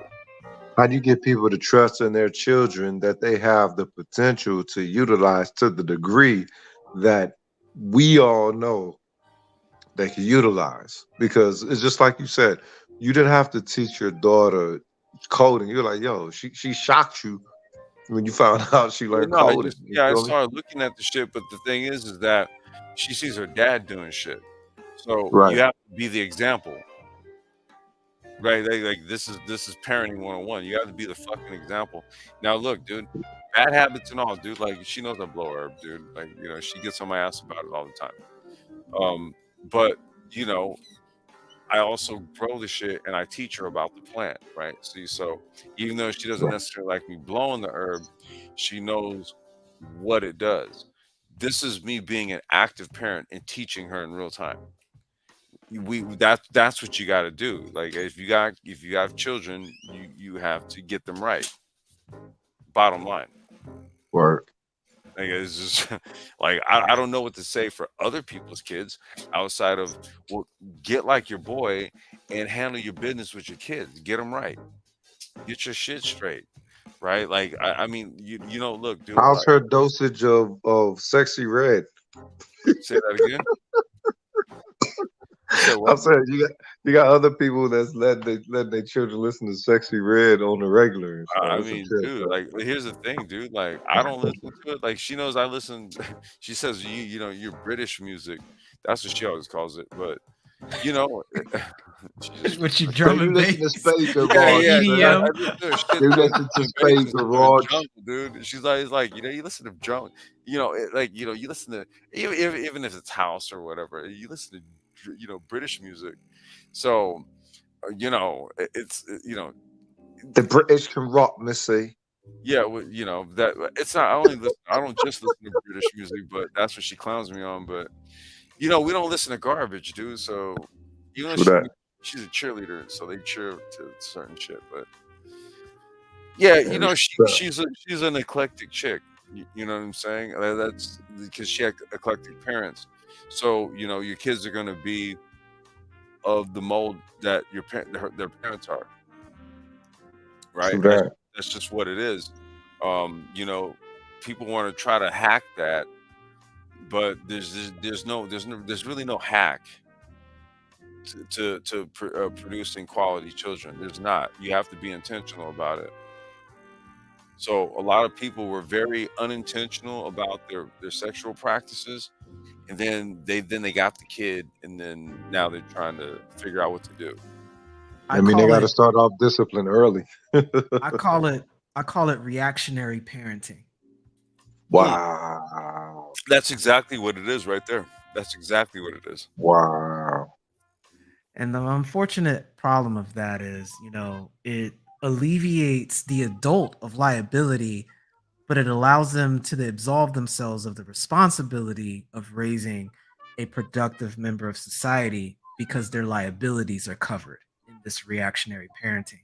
And Mm. unfortunately, it's the child that ends up suffering as a result of that because they're not being prepared for the environment they're about to walk into. Right. And it's a compounding effect when it's not just a few kids this is happening to, but the majority. The majority. Yeah, Yep. that's the average. That's And that's the experience of the average child. yeah, and you know, I have to try to minimize the effect given, you know, it's just her and I, and you know, you know, we talk about this stuff, yeah, just over the last few days about her mother and stuff. Um, Rest of life. I will say that appreciate it, man. I will say like, you know, I've seen, you know, the difference between like the single mom. There is a difference. I'm gonna tell you there is a difference, man. You know, some of the girls I see out there, and I'm just like, wow. Even my daughter looks at them and goes like, "What the hell?" You Yeah. know, like, But she you know kind of what's has. interesting? Yeah, go What's ahead, bro. what's interesting for you, Complex, is it's unfortunate what happened, Hmm. but she got a solid beginning. And she got a solid beginning, that first solid The 3 years, push. man. She had the three You know years what I'm with her. saying? Yeah, That she had 3 years makes with her mom. it makes such a big difference. And then Yeah, she Facts. ended up with you, and you still had that intention to carry that inertia. And that's what she can then use to carry on with her family, should she choose to do that. You yeah. understand what I'm saying? Oh, dude, Versus people having to generate it from scratch. yeah, no, man, because she's already like on my ass, dude. She's like kind of like my caretaker, which I feel bad about. I'm like, dude, my 12-year-old daughter should not be sitting over here like, Dad, you know, you're stressing too much. You have too much gray hair. Dad, you it's on my ass, dude. And so, you know, but that means something, bro. It really does. It means a lot, Facts. you know. So, you know, it pushes me to make lifestyle changes, make changes. Dude, you know, I'm still But you on. don't feel like that type of old man to where you know what I'm saying, like you gotta hear for your young, but yo, you get gray hairs. Yeah, It's well, like, no, man, no, I it's not don't about the even gray feel that hair. old though. No, you know, it's not about the gray hair, bro. It's like, you know, The I give a crashed. damn. Well, Yeah. yeah. Well, the problem is that, dude, like when I have, like, I crashed, dude. I crashed on my scooter and shit about a month ago, and you know, I had a really bad accident a year ago, and so I crashed again about a month ago, and so this Yo, time, was you helmet? Was you helmeted? no, no, not at all, dude. And so This it nigga was, naked, cuz what the fuck you doing yeah, naked yeah, on one of yeah, your dude. shit? Nah, dude, I just roll like that, bro. And so Nigga, that's it's the no, Porsche, cuz. You got a no, fucking mini, like a mini Porsche, cuz you ain't gonna have a helmet. That's fucked up. no, but see, that's the thing, bro. It's like, dude, like I'm kind of like I'm still in like a skater mode, but Okay, I I'm can dig it. 46, right? I'm 46 years old, and I got a kid, so Been it's there. different. Yeah. And so, like, if I get messed up, dude, I go down. I'm like, fuck, and then I'm like all hurt and shit. I'm bleeding, and Yeah. and it's like, Road rash. yeah, no, I got hella rash, dude, and it's like. The thing about it is like, so back in the day, I didn't have a kid. I didn't do that. I'd be like skating with the homies, dude. We trying to like do stuff, stupid stuff. Yeah. I get fucked up, and it's just like, all right, well, I'll get over it. So I have the same mentality, but then it's like I get messed up, and then my daughter's like, dude, what the hell? You Yeah. know? Yeah, you Yeah. know what I Seeing mean? in the life. Yeah, I was like, yeah, I went down, dude. You know what I mean? She's just like, what the fuck? Like, well, she didn't say fuck, but she's like, what the hell? Like, you gotta stop this. And so she's on my ass about like, and then it's just like, dude, I gotta listen to her. You Yeah. know what I'm saying? Like for real, dude. Like, cause I'll be 47. I'm going on 47, and I still want to go and race and do other shit, and that's already risky as is. But just doing stupid shit on scooters out in the street, dude, with a t-shirt on and some shorts, just road rashing the shit out of myself. That's not, Yeah, bro. yeah, it Yeah. ain't, dude. So, um, man, you learn when you have children, dude. It's a little bit different, and a lot of people oftentimes they just talk about it theoretically, but if you have a child that you give a shit about, and they give a shit about you, and you do something stupid, they're gonna be on your ass about it. Yeah. And that's why I wanted to highlight that as why, where the hard line with AI and emotional intelligence Mhm. is. If it's not animated in the spirit of giving a damn, I don't Right. know if you can meet those I don't prerequisites know of how having you trust and algorithm. vulnerability. Yeah, how you put that in Right. an algorithm, right? Not as we understand it now. I think this changes when you introduced the quantum computer, and Mhm. the cloud, the quantum cloud, and then you connect all these different Yeah. AIs together. I Yeah. think That's what that that's D-Wave when shit is about. The Internet of Things. you said what? No, that's what that D-Wave. Here, go ahead, continue. I'm gonna bring this up. Go ahead, dude. I'm gonna show you. Yeah, I think that's where you've got the prerequisites for a potential emergence of consciousness, because there's infinity right there. There's a model of perception that exists. You've got a physical expression that has to be compressed in a particular point in time space that's superpositioned with the cloud. The Right. same way a lot of our neurons are superpositioned with each other to create these emotional sequences, frequencies and sequences biochemically through these emotions and feelings that we have in our brains. I guess we call them hormones. That's why we have these physiological responses to them all throughout the parasympathetic nervous system, Hey, all Right. connected into the limbic system. do you see this right here? Let me Uh, expand my. yeah. Could you Yes, Wait, D hold on, expand Wave hold is like on. 3 about a times? leader. Do you see this right here? Yeah, Yes, D-Way. D-Wave. gotcha. Okay, all right. I'm gonna read this right here. All right, D-Wave is the leader in the development and delivery of quantum computing systems, software, and services, and is the world's first commercial supplier of quantum computers. Our mission is to unlock the power of quantum computing for the world. We do this by delivering customer value, with practical quantum applications for problems as diverse as logistics, artificial intelligence, material sciences, drug discovery. Interesting. Cybersecurity, fault detection, and financial modeling. D-Wave systems are being used by some of the world's most advanced organizations, including NEC, Volkswagen, Denso, Lockheed Martin, USRA, USC, I guess the college, Los Alamos National Laboratory, and Oak Ridge National Laboratory, with headquarters near Vancouver, Canada. D-Wave's U.S. operations are based in Palo Alto and Bellevue, Washington. D-Wave has a blue chip investor base, including PSP Investments, Goldman Sachs, BDC Capital, NEC Corp, and NQTEL. For more information, there's the website. And this is the D-Wave Quantum Computing YouTube channel. And if you want to learn more about this crazy stuff, here it is. It is right here. I'm going to go ahead and post it. Um, Quantum computing at a commercial wow. yeah, well, Appreciate I the mean, link, that's what I'm man. saying. Like they said that their computing system, um, their computing system. What is it? Yeah, yeah, D-Wave. Yep, yep. They said their computing system literally has like a digital version of everybody in it Yes. from what I heard. But you know, I mean, look, that's that's the actual joint right there where you guys can learn about it yourselves, right? Because what I would prefer that would go on here is that people learn it or just hear about it for themselves and then make their own sort of discoveries about all of this type of technology and where the hell it is we're all going with this stuff, right? Yeah. Um, but that's it.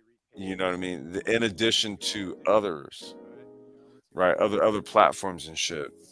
You know, Google has theirs. I forgot what it's called. It's called Merce or something like that. I forgot what the shit's called.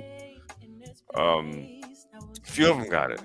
You Hmm. know, D Wave is like, dude, like if you check out the Tech Talk with that guy from there, I think it's on that channel. Dude, it's like the shit he's talking. You're just like, what?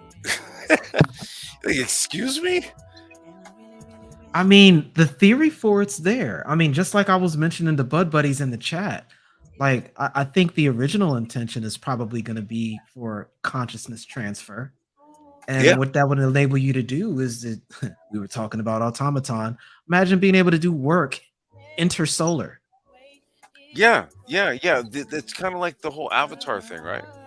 Yep. Yes. Okay, Yes. you know what I mean? Precisely. You know, that's what earlier we were talking about, like, you know, Neuralink and it being able to map the brain and the neural pathways, and maybe even record like, you know, various sorts of signatures. You know, coming from like you know, like your limbic core, like you know, where all the like the signals are going, all that kind of stuff, right? Maybe what it also does is record voice data, and so I when you think they've done this with the fruit fly already, haven't That's they? what I'm saying. I want to say it's Yeah. the same type of approach that they take. Of obviously, you're going to start with a smaller organism, right? But then you scale it up, Right. and you know that you know now again, dude. Like where we kind of fit in all this. Listen, I'm not I'm not signing myself up for no shit. Like my area is IoT. I think I'll deploy bots or something. You know, I'll figure that kind of shit out. But yeah, you know what I mean. This is sort of like the new venue that we're in, right? And it really just calls for more conscious decisions on how we engage with technology. And I think what's key, is I think in the process of doing this, this is where we're going to learn very quickly what's important for human beings to have a healthy socialization and development. Because when you go without it, you're going to see those effects very acutely. And I think it could lead to an enhancement on the scale that I don't think we've seen before. Because it's just, I don't think people are appreciating how grand of a change it is to have these types of prediction models readily available across the board, irrespective of where you are.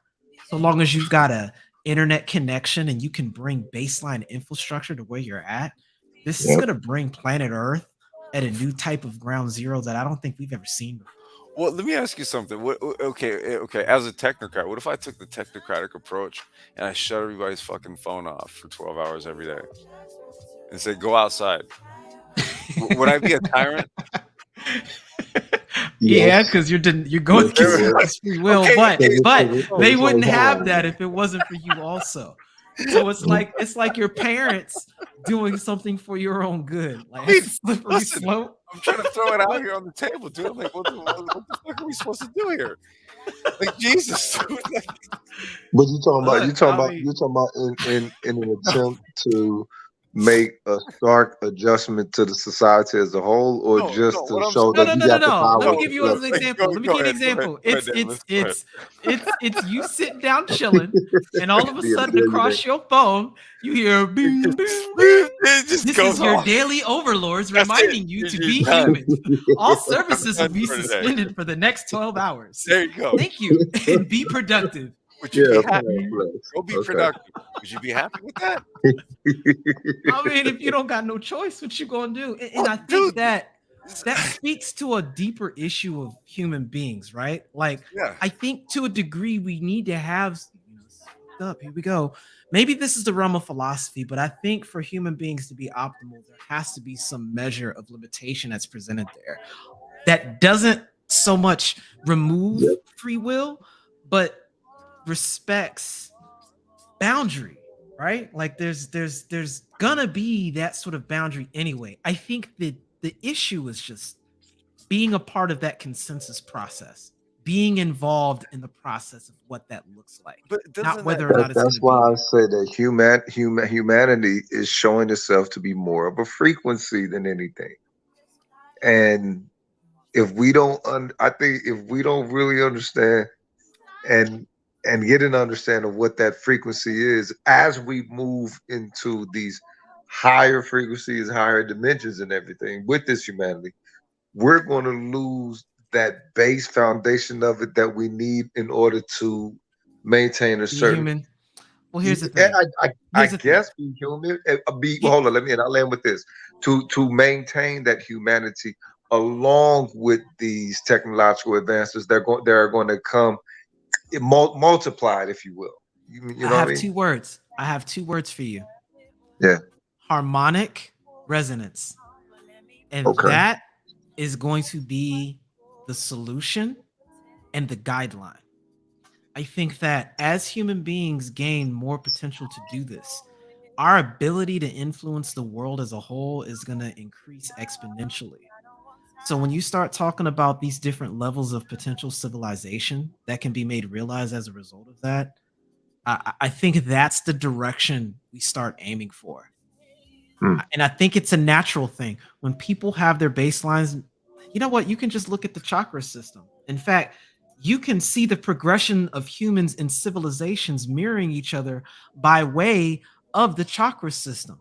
If you take a look at what that root chakra energy, that red energy level deals with, its baseline needs, Right. cell, sex, reproduction, handling your baseline biology to survive. Then you Right. start getting into the higher frequencies, and the needs that are addressed there are more sophisticated, but they rely on the previous levels being balanced and established in order to continue to progress up. And what I'm Right. saying is, the more people's base needs get met, the more compassionate people are in a position to potentially be, which in turn puts you in a position to start pursuing greater levels of actualization, putting you right back Right. to Maslow's hierarchy of needs and pyramid. I think that's a Mm. natural progression of what can occur and what people will pursue. In other words, people will get out of this reactionary style living and become more the authors of their own creation, or at least contributing to greater works of creation to creation story as a whole by way of being a member of the human race. I Right. think this is something that you can head towards in equal measure. It's Well, just going to be the way you use this technology to, for whatever's taken, add something more. And at the end Yeah. of the day, you end up with more in a synergetic sense. In other words, 1 plus 1 doesn't equal 2, it becomes 3. agree. That's how Right. you grow. Yeah. Yeah. And see that's the thing, man. Okay, and see that's what I thought. There was a movie called Ex Machina. There's a movie called Ex Machina, dude, and it has to do with some sort of cybernetic chick or something. Check that out. That's what Okay. I thought. Yeah, there's a movie called that. Um, you know, see, so this is kind of where, we always speak to a synthesis between like technology and nature, right? Like understanding how to kind of integrate things like, solar energy collection, you know, various types of gardening, whether it be aquaponic, gardening with fish, hydroponic, where it's just natural soil gardening, raised bed, whatever the case may be, right? You know, doing things like urban homesteading, right? So you know, to address like food deserts in black communities, right, in urban communities, right, you got like these whole like plots that could totally be turned into like a garden or like a garden stand, a farm stand, right? What it requires though is it requires like a consciousness shift. You know, like here's the thing, Rogish, you were mentioning like, this raise in consciousness. I would argue that you've been sold that what's happening is that there's a raise in consciousness, but in all actuality, there's been a reduction in it. Mm. Okay. And then they sold you the dummy as if what's happening is the shit is raising when what's happening is that you have a reduction of it through media, through entertainment, through all that. There's not a conscious raising component to mass media for the most part. It's actually Right. the opposite.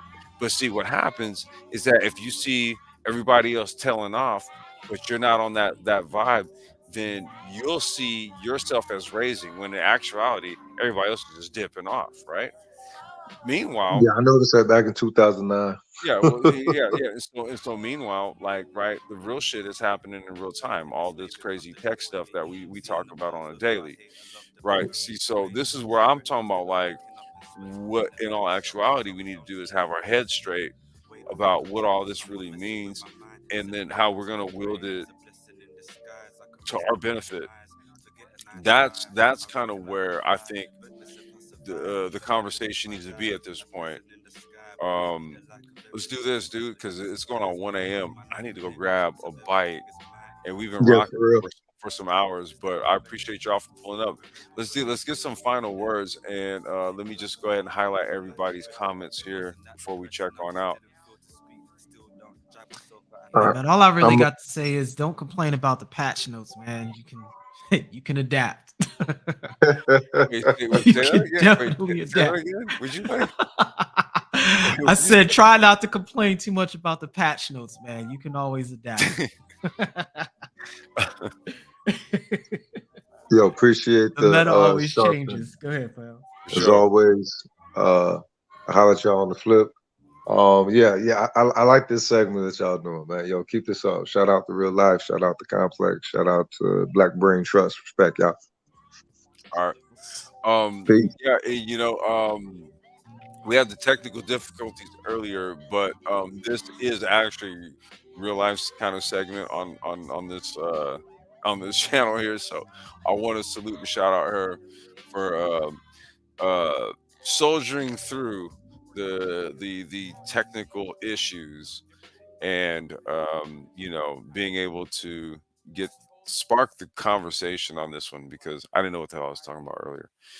But I do have a title. I'm going to rename this as. It's going to be the Sapio-Females Guide to the Galaxy, but I'm going to make a little addendum to the title, and it'll be apropos to the conversation that we had here. And I want to appreciate everybody that came through. Once again, this real life's not cyberspace. Um, shit, I don't have her channel up. Just you know what? If somebody could post it, that would be cool. Um, look up Real Life is Still Not in Cyberspace. That's her channel on YouTube. Also want to shout out the nameless protagonist. Um, always a pleasure chopping up with you, bro. Rogish, appreciate you for coming through. Um, let's see here. Bud buddies, man, appreciate you for coming through, man. Yeah, I hope you was toking up while we was chopping up, because I took a couple of toke breaks myself, bro. Rokomaru, appreciate you for coming through, man. Both of y'all, man, please come through often. Let's see. We had a brother that came through. I don't know his name, but yeah, I appreciate you for coming through. I see you, Sand Dogs, Admiral Smoke. Salute, man. Well, appreciate you for coming through. Afro SF, you already know what time it is. I appreciate you for coming through. And yeah, so with that, we're gonna go ahead and just check on out. Hit the like, subscribe if you haven't, and we'll check y'all out later. Peace out.